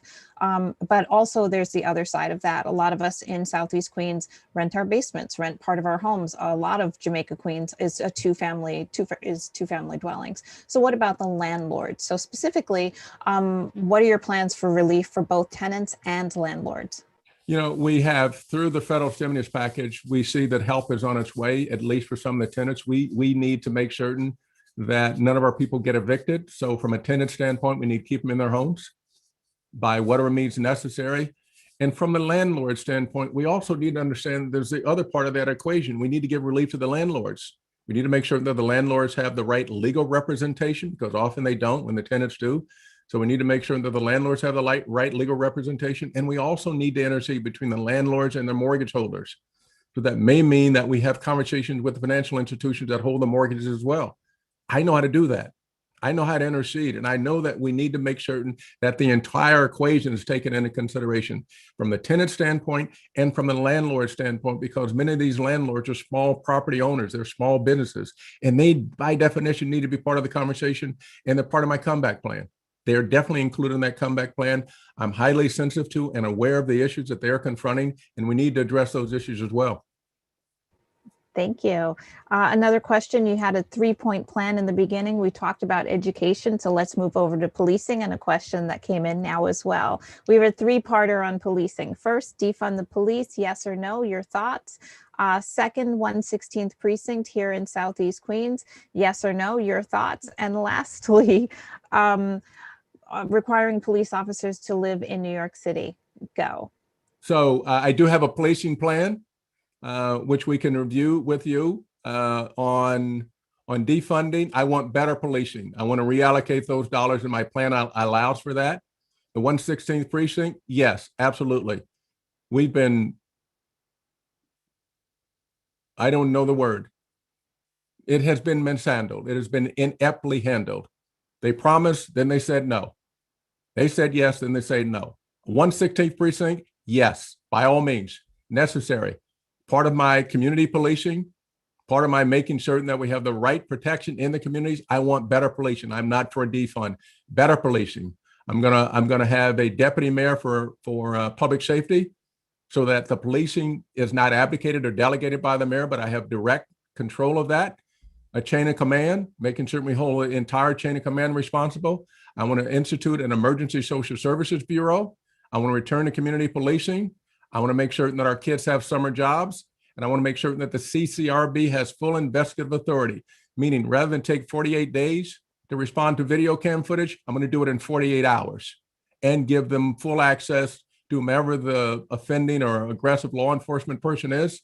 And we need to hold the law enforcement accountable. My culture is respect, accountability, and proportionality. And then your last one on this one's, you had a 3-part. Yes, living in, police officers should be required to live in New York City, yes or no? The answer is we need to make it economically possible for them to live in the city. And based on the economic possibility, which is how we go and build deeply affordable housing, including housing that could accommodate the law enforcement and all the armed forces, all the armed services, yes, we should have them live in, which gets back to community policing. We used to have police athletic leagues, community centers. We need to return to that. We used to know who the officers were. Yes, we need to have community policing, and to the extent that they live in the neighborhoods. Well, Maybe not in the neighborhoods in which they, not in the neighborhood specifically that they patrol, but not in the, not, I was about to say, not in the neighborhoods that they can, the patrol. No, I'm not for that, but I'm for neighborhood and community policing. And what about having police officers requiring them when they first come on the force to live in one of the 5 boroughs? Yes or no? If they can afford it, yes. If the boroughs are affordable, if the places are affordable, the reason that we have people living outside is because the wages are not such that they can afford it, and it's gotten too expensive in this city. How about giving them some sort of subsidy so that they can indeed live in the 5 boroughs? If we have a subsidy, would you require them to live here for the first 2 Absolutely, years? absolutely. I would require that they live here in the city, in one of the 5 boroughs. And if what's required before we can build truly affordable housing, or as we build truly affordable housing, is a stipend or subsidy, I would be in favor of that. Okay, thank you. We are running low on time right now. I don't know where this evening has gone, but thank you so much, Ray McGuire, for joining us this evening at the Guy R. Brewer United Democratic Club. You have 2 minutes for a final statement. Thank you. Listen, I talked to my mother, as I've told you all about, and she continued to pray for me, and she continues to, we continue to discuss why. And I say, Mom, listen, we're tired of the economy not being inclusive. We're tired of the 3rd graders and 3rd to 8th grade Black and brown kids not being able to read or write. I'm tired of the choice that we have that, if I take 10 Black and brown 4th graders, 2 to 3 of them, only 2 to 3 of them can read. We're tired of healthcare deserts. We're tired of transportation deserts. We need a leader who's got the experience, who understands what it's like not to have, who understands the language of the streets to the suites, as my Latino brethren would say, from the barrios to the boardroom, to at one point make a change, to stand for something, to stand for our children, to stand for our seniors, to make certain that the best days of this city are ahead of it, and that the best days are inclusive. Not in ways that the past days have been exclusive, but let's make certain that it's inclusive, and make certain that we heal all the things that we've described, not by a press release, but by actually getting it done with a person who's got a track record, who can bring the city together and deliver inclusiveness, economic possibility, economic investment, moving from homeless shelters to temporary shelters, to homes which they can afford to rent, to homes in which they buy. And the legacy that we get created today is a legacy by which we're going to be judged. And I want to be judged by that legacy. And I want you all to be there with me. Ain't no Calvary. This is it ain't about me, it's about we. And so I look to you for your support. I need your support. You're right, rayformayor.com. And I'm honored to be here, standing on the shoulders of the great Archie Spigner and Leslie Spigner. Thank you so much, ma'am. And thank you all for having me. And Gail, it is great to see you again. I'm honored to be here. Thanks, Ray McGuire, Ray for Mayor. Thank you so much for coming to the Guy R. Brewer United Democratic Club this evening. Your wild card question for this evening: if your home, heaven forbid, your home was on fire, and other than your family, your phone, your pets, what one thing, those are all out of the house, what's the one thing you would grab before, on your way out? My grandfather's Bible, 66 books. My granddaddy's Bible. That is one. How old is it, do you think? Do you know? That's got to be 50, 60 years old. Okay, Grandpa's Bible. Thank you so much for sharing, Ray McGuire, Ray for Mayor. And thank you to all of the candidates who joined us this evening for the Mayoral Candidate Forum from the Guy R. Brewer United Democratic Club. Special thanks to Sean Donovan, Catherine Garcia, of course, Ray McGuire, Ray for Mayor, Maya Wiley, and Andrew Yang for joining us this evening. I'm going to turn it over right now to Leslie Spigner for a few words. And on behalf of everyone, thanks so much for having me as your host this evening. Thank you. Thank you so much, Ray. And thank you for your team. They're my children, as you know. They're guiding me, Miss Spigner. So I couldn't be in better hands, and I'm proud of them, and they're taking care of me. They're guiding me through this. So thank you for your prayers. That's good. We have one more. We have Eric Adams, Gail. I'm going to excuse myself, Miss Spigner, but thank you. Thank you. Thank you. Best of luck to you, Ray McGuire. Thank you, Gail. Great to see you. Appreciate you. Thank you, Guy Brewer. And take care of the Bible. Look at that. Great wild card question. Good answer. Good answer. I feel like we're on Family Feud. We've one final mayoral candidate with us this evening, and that is, where'd he go? Where'd he go? Right in the middle of my screen. It's again like we're playing on the Brady Bunch, because Eric Adams popped up in the middle of my screen. I think he's, who was in the middle? Was it Marsha, I don't know. But whoever it was, that is Eric Adams this evening for me. Logging on at 8:56 at night, better late than never. Borough President Adams, good evening and welcome to the Guy R. Brewer United Democratic Club Mayoral Candidate Forum. You are our last candidate for this evening. I'm going to let Leslie Spigner say a few words before we get started. Thank you so much. I just want to say thank you, Eric, for those calls, those New Year Day calls, those Christmas calls, those just calling me and saying, I know Archie wanted me to do this and make sure that you was okay. You don't know how touching that was for me. And I want to thank you that openly and publicly. Thank you so much. You're welcome. Thank you. So thank you, Eric Adams, and good evening and welcome again to the Mayoral Candidates Forum, sponsored by the Guy R. Brewer United Democratic Club. We have 15 minutes from start to finish, and we've got a lot of questions asked from the Guy R. Brewer United Democratic Club's proud members and also members of the community on YouTube and here on Zoom Live. So buckle up, here we go. First question, why do you want to be mayor? First, I want to say, thank you to Leslie and Renee and the entire team there. I want to be mayor because I lived the life that people are living now, growing up in South Jamaica, Queens, and I am the Queens candidate. I know what it is to be a low salary employee. I was a dishwasher as a child. I know what it is to live on the verge of homelessness. My brothers and sisters, we used to carry a garbage bag full of clothing to school every day because mom thought we were going to be thrown out of our home and she did not want us to be embarrassed by not having a change of clothing. I know what it is to be abused by police officers. At 15, I was arrested and beat badly in the 103rd precinct, but I also know what it is to fight against the overproliferation of guns in our community. I went into the police department and retired as a captain. And I know what it is to struggle and go through school. I went to school at night, taking 2 classes at a time. My son was born and I went down to 1, but I was committed and dedicated. And I know what this city needs. And when COVID hit this city, others fled, I led. I stayed here. I did not go to places that were unseen outside the state. I went to NYCHA, I went to transit facilities, I went to our hospitals. I am the person that has gone through a lot, and I know how to lead people who are going through a lot, and that's what the next mayor must be. That's a lot to unpack, and we've got plenty of questions coming in. And a reminder to our viewers, if you have more questions for Eric Adams, please put them in the Zoom chat or give them to me online at YouTube Live. So Eric Adams, our borough president from the great borough of Brooklyn, of course, not as good as Queens, but I don't want to start anything right. Don't tweet at me, please, anyone.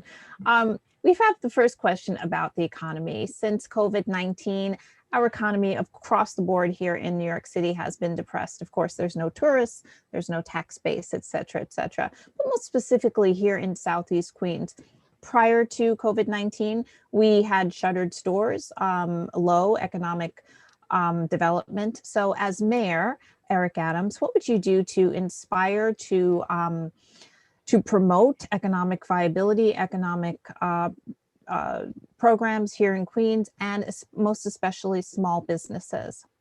Gail, what you stated was very important because many people are trying to rewrite history and talk about post-COVID-19. We were catching hell pre-COVID-19. When you look at the number of MWBs and access to capital and resources from big banks in this country, Black and brown businesses were not getting that. Pre-COVID-19, our stores were closing. And so as the mayor, there's 3 things that I would do right away. Number 1, we have to get our central business district back up and operating because it's an important part of our financial ecosystem. We have to get COVID under control with real regulations from the state and city to make sure that what is required of businesses to ensure people are not infected with COVID-19. Then we have to get crime under control. We should not have shootings on Springfield Boulevard and Linden Boulevard. Gun violence is going to decimate our economy because it will impact our tourism. And it's important that the quality of life does not erode. And lastly, we need to use our procurement dollars better. We spend about $22.5 billion in procurement. We need to zero in on those small businesses, such as the one that closed in Queens, in Southeast Queens, and use those dollars not to go outside our city, but to spend them in our city. There's no reason we can't buy our Xerox paper, our PPEs, our hospital gowns, and all of those entities. There's no reason we can't allow our local restaurants to provide the meals to our senior centers by using the money that came from FEMA and the 200 million meals that we serve. We could have kept a lot of restaurants open and stabilize our community. So we need a real economic plan, a real job plan, build our way out of this, but ensure that we don't leave any communities behind like we did pre-COVID-19. And how are we going to, as far as the business districts, are you thinking about revitalizing old ones, promoting new ones? What's the plan there? A combination. We have some great bids and some great districts and civic organizations within the business strips. So it's about utilizing, number one, we need to leverage our powers with the billions of dollars of taxpayers' dollars we put in banks. They are not giving our small businesses access to capital. They're not giving them a line of credit. We need to start a local banking network using CDFIs like True Fund, and we need to give our small businesses the access to capital. We're too expensive, too bureaucratic to run businesses in our city. And then we overfine and give citations to Black and brown businesses. The numbers are clear. Let's use the foundation of, number one, the PPP that's coming, the stimulus package. It didn't go to the small business districts, such as in Southeast Queens, such as in Brownsville. It went to bankers, gave it to their friends and their high corporations. We need to make sure this next round of money comes on the ground and it actually revitalize the local business districts that you're talking about. Thank you. And moving on, when you were talking about crime, you were specifically talking about gun violence, especially here in Southeast Queens. You mentioned Springfield Boulevard, but what should we do other than gun buybacks to get the guns off the streets? If you do a real analysis, and I hate to be the bearer of bad news, gun buybacks have little or no impact on the gun violence you're seeing.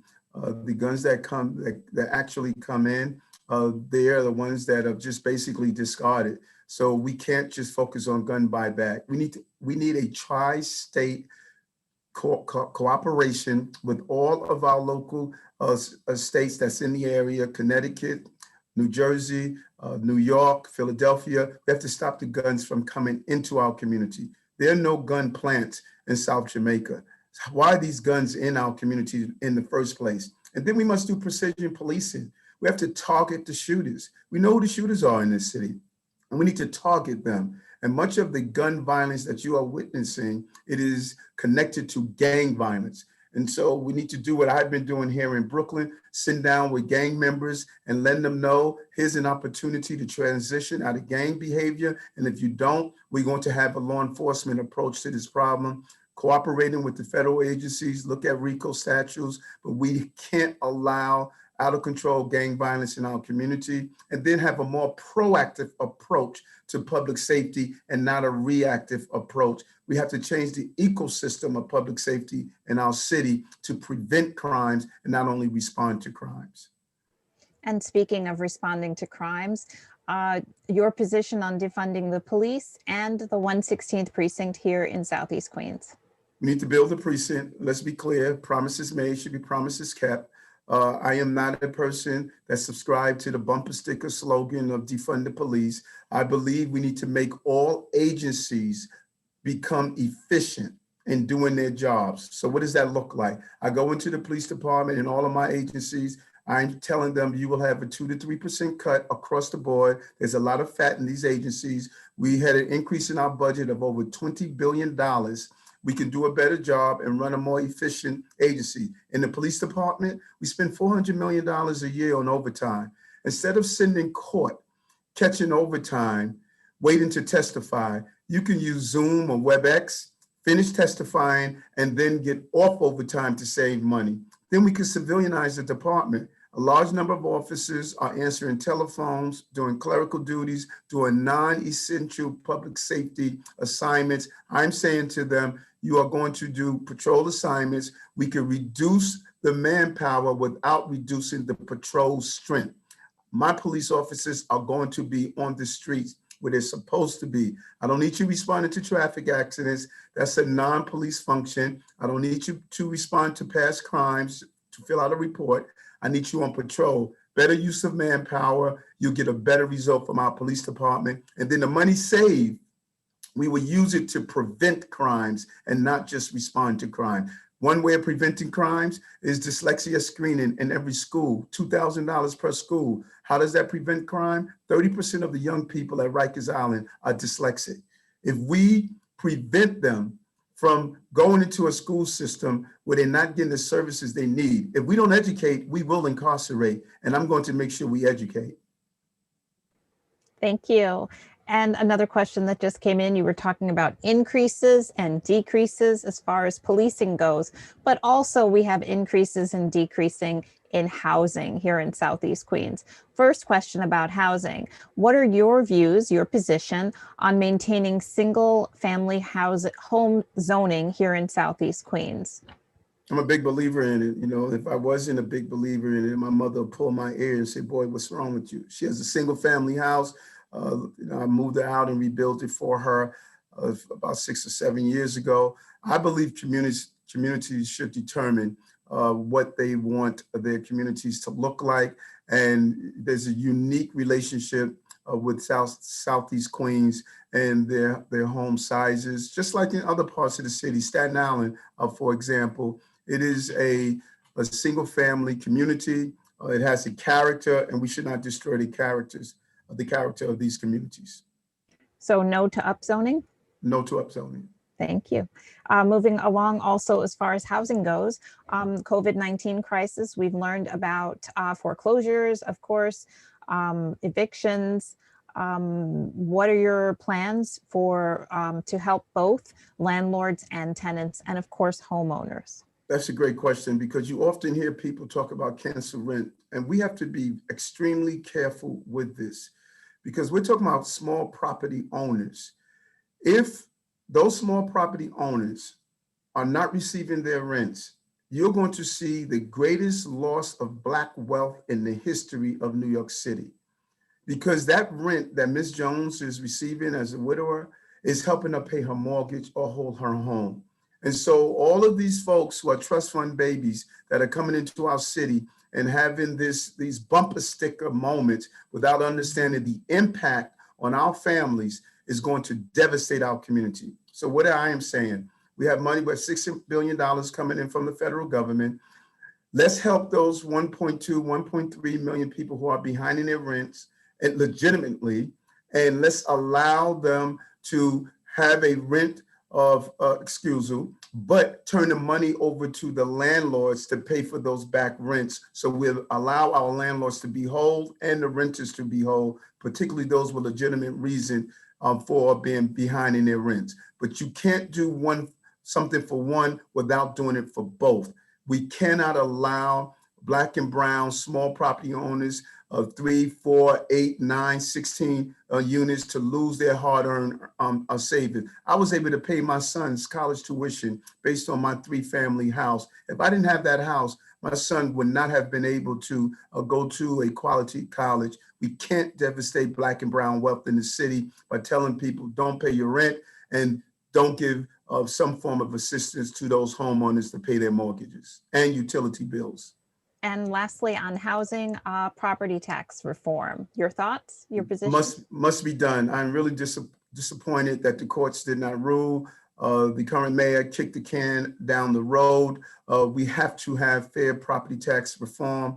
I brought this to and partnered with Martha Starks, who was the former finance commissioner. Martha, we have to take our hat off to her. She was the one that initiated the original lawsuit. I was going to sign on with an amicus court brief, but I was told I was not allowed because I live in Bedford-Stuyvesant, and I am also the victim of this really unfair tax system. We must put in place a binding task force with Martha Starks on it, Judge Lipman, and others who are in this space, and allow them to come up with a real recommendation on how we equalize this unfair tax system that we are experiencing.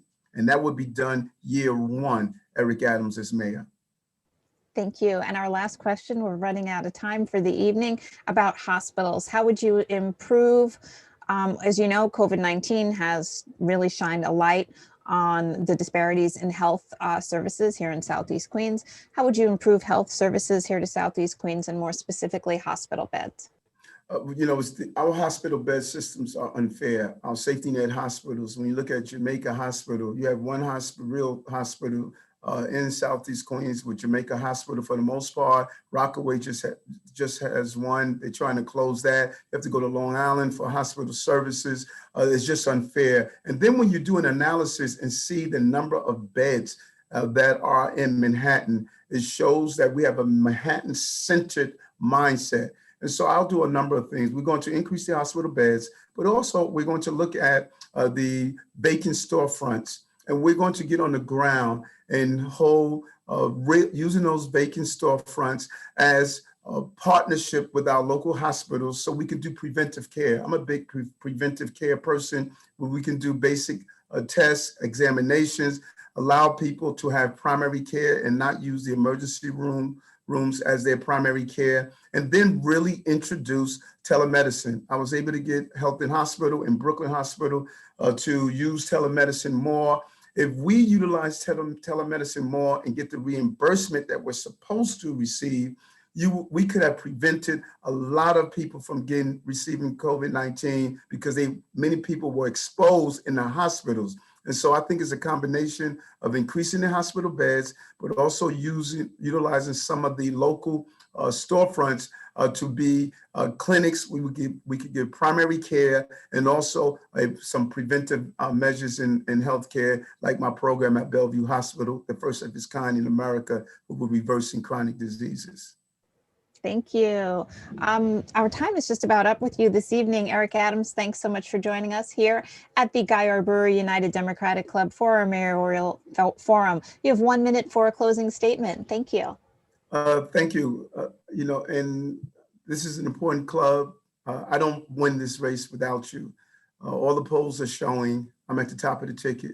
I raised more money than any other candidate in the race. Not only did I raise it, but I have been fiscally responsible. I still have more money than any candidate on hand, with close to $7.5 million. I'll be ready for a good fight. A political paper stated Eric Adams has the most diverse base and broad base of support than any other candidate. My message is clear. The life that I have lived have prepared me for this moment. For those of you who are spiritually minded, this is an Esther 4 and 14th moment. God made me for such a time like this. From my law enforcement experience to how I use technology to turn around crime, to how I'm the leader of the largest borough in the city of New York, to how I served in the state Senate. But most importantly, I'm a blue collar candidate, and the people of the city know me, and I know them, and I'm ready to lead this city in the right direction. Thank you very much. Thank you, Borough President Eric Adams. Your wild card question for this evening.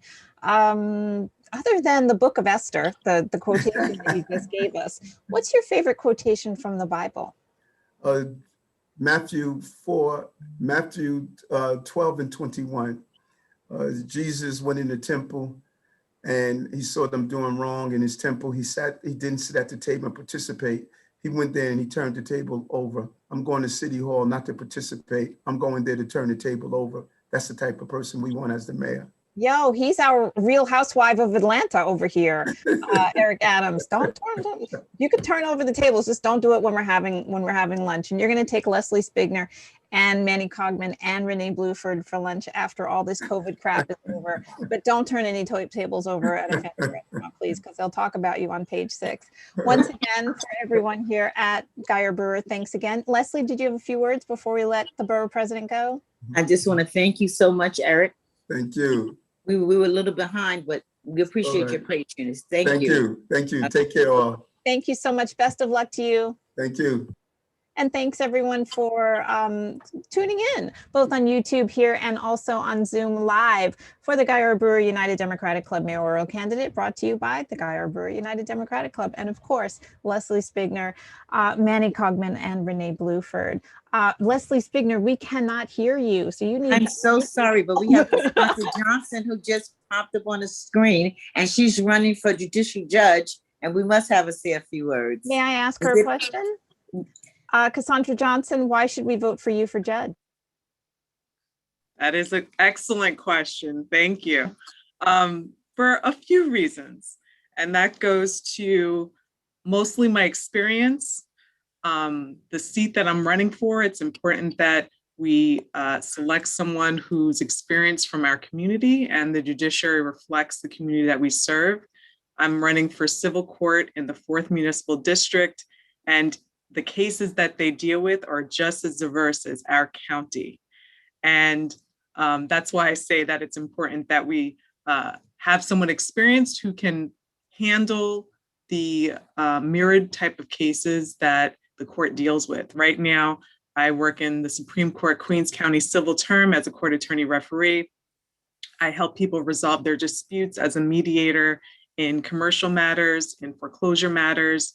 I also try cases, and I've worked in the court system for the past 11 years for a few different judges as well. I've written thousands of decisions. I've educated my colleagues and judges on the areas of foreclosure. I am currently working on educating practitioners and my colleagues in the court system on virtual trials and court appearances, which, as you know, is the way of the future. This is what we're dealing with right now. And I've also been a contributing writer on a treatise that's used by commercial practitioners throughout the state on commercial leasing. Why do I say all that? Because as a judge, we have to continuously be educated. We continuously have to educate. The law is always changing, and I have been a part of that. So I'm passionate about the law. I'm passionate about serving our community in this way. I'm thankful to my parents for exposing me to the law and public service. So you can also see me in the community. I'm at, helping with food pantries. I also assist with mental and physical programs for homeless youth and young mothers at Safe Horizon. And, I'm really excited to be here. I'm excited to have the nomination from the Democratic Party. And I'm looking forward to the work over the next few months and getting my name out there. And I'm happy to see Leslie. Thank you for allowing me to introduce myself. Manny, I see you. I see your president, Renee. Thank you so much for having me here. And Gail, always. Your wild card question, Cassandra Johnson, because everyone on this evening has got one. I know that you are an avid runner, a member of the Hollis Runners. Go Hollis. What has running taught you about, how has running prepared you for being a judge? Oh, so many things. And it has to start with, I didn't think I could do it. Honestly, I've always been a walker, and I only started running, it's been just a year, I would say now, maybe a little bit more than that. And it's taught me a few things. Number one, pause. Judges don't just have the answer at any time. They have to really sit back, assess the facts, assess the evidence, assess the credibility of the witnesses. And sometimes that takes going back and doing research. So when I think about running, it's about breathing, it's about pushing yourself forward. And I believe that as a candidate for judge, that's exactly what's preparing me to do right now. Thank you. Great answer. Nice wild card question. Thank you. Cassandra, remind us again when the primary election is. June 22nd. Everyone come out to vote. Vote for me as your next one last question. Remind us the 4th Municipal District judge. Who would be voting for you? What areas of Southeast Queens and anywhere else? So it's Southeast Queens, to make it easy, Assembly District 29, 31, 32, and 33. That is the 4th Municipal District. You can also look at it from the Van Wyck to the Cross Island, from maybe Union Turnpike-ish down to the Belt as like a physical barrier. If you're like, okay, well, am I really in that area? Thank you. So if you live in that geographic area, remember Cassandra Johnson for the 4th Municipal District Civil Court Judge. Thanks so much, Cassandra. Best of luck to you. Thank you, Gail. And thanks everyone for sticking with us. We ran a little overtime this evening on the Guyer Brewer United Democratic Club. And thanks for sticking it out with us. And of course, Renee Bluford, Manny Cogman, Leslie Spigner. I'm going to turn it over to you. Thanks again, everyone, for watching, and have a great evening. I'm Gail Lewis. It's been my pleasure to be with you this evening. Les? Just want to say thank you, Gail. Let's give Gail a clap. She did a wonderful job, a wonderful job. Let's everybody give her an applause. She did a great job. Thank you, Gail. Thank you. Thank you so much. And don't forget to vote for Cassandra, who's one of Archie's daughters. So don't forget to vote for her. We thank our God Brewer family for showing up tonight. We know that it was a little long night, but we hope that you were able to get some of your answers to your questions. And please let us know, like Gail had mentioned, what would you like to see next for the May meeting, for the April meeting and the May meeting? We would appreciate you giving us some ideas. And I'll turn it over to the president. I love you all, and I'll see you around. Thank you so much. And if you want to be a poll worker, don't forget to get in contact with me. Thank you. Love you. And you can call Leslie Spigner to find out more information about being a poll worker, 718-581-9328. I'll drop that in the chat. Renee Bluford, are you there? Renee Bluford? All right, how about we turn it back over to Leslie Spigner to pray us out? We have Reverend Boyd. Is Reverend Boyd here to pray us out? I don't think he's still on the call, is he? He's left us. Lysandra? Lysandra? Hold on. I think Reverend Boyd is here. There we go.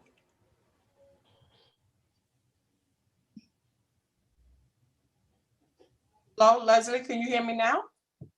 Yes. Yes. Hi, everyone.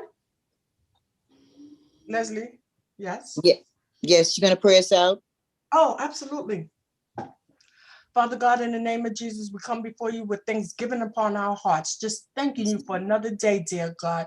Your grace and your mercy kept us today, Father. Father, we want to say thank you for hearing the candidates today, hearing their hearts, hearing their ideas, hearing their plans, dear God.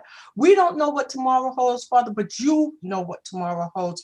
And may the best candidate be for the city of New York, dear God. And Father, everybody that's under the sound of my voice, may you bless each and every one of them individually and collectively. This I pray in your holy, precious name. Amen, amen, and amen again. Amen.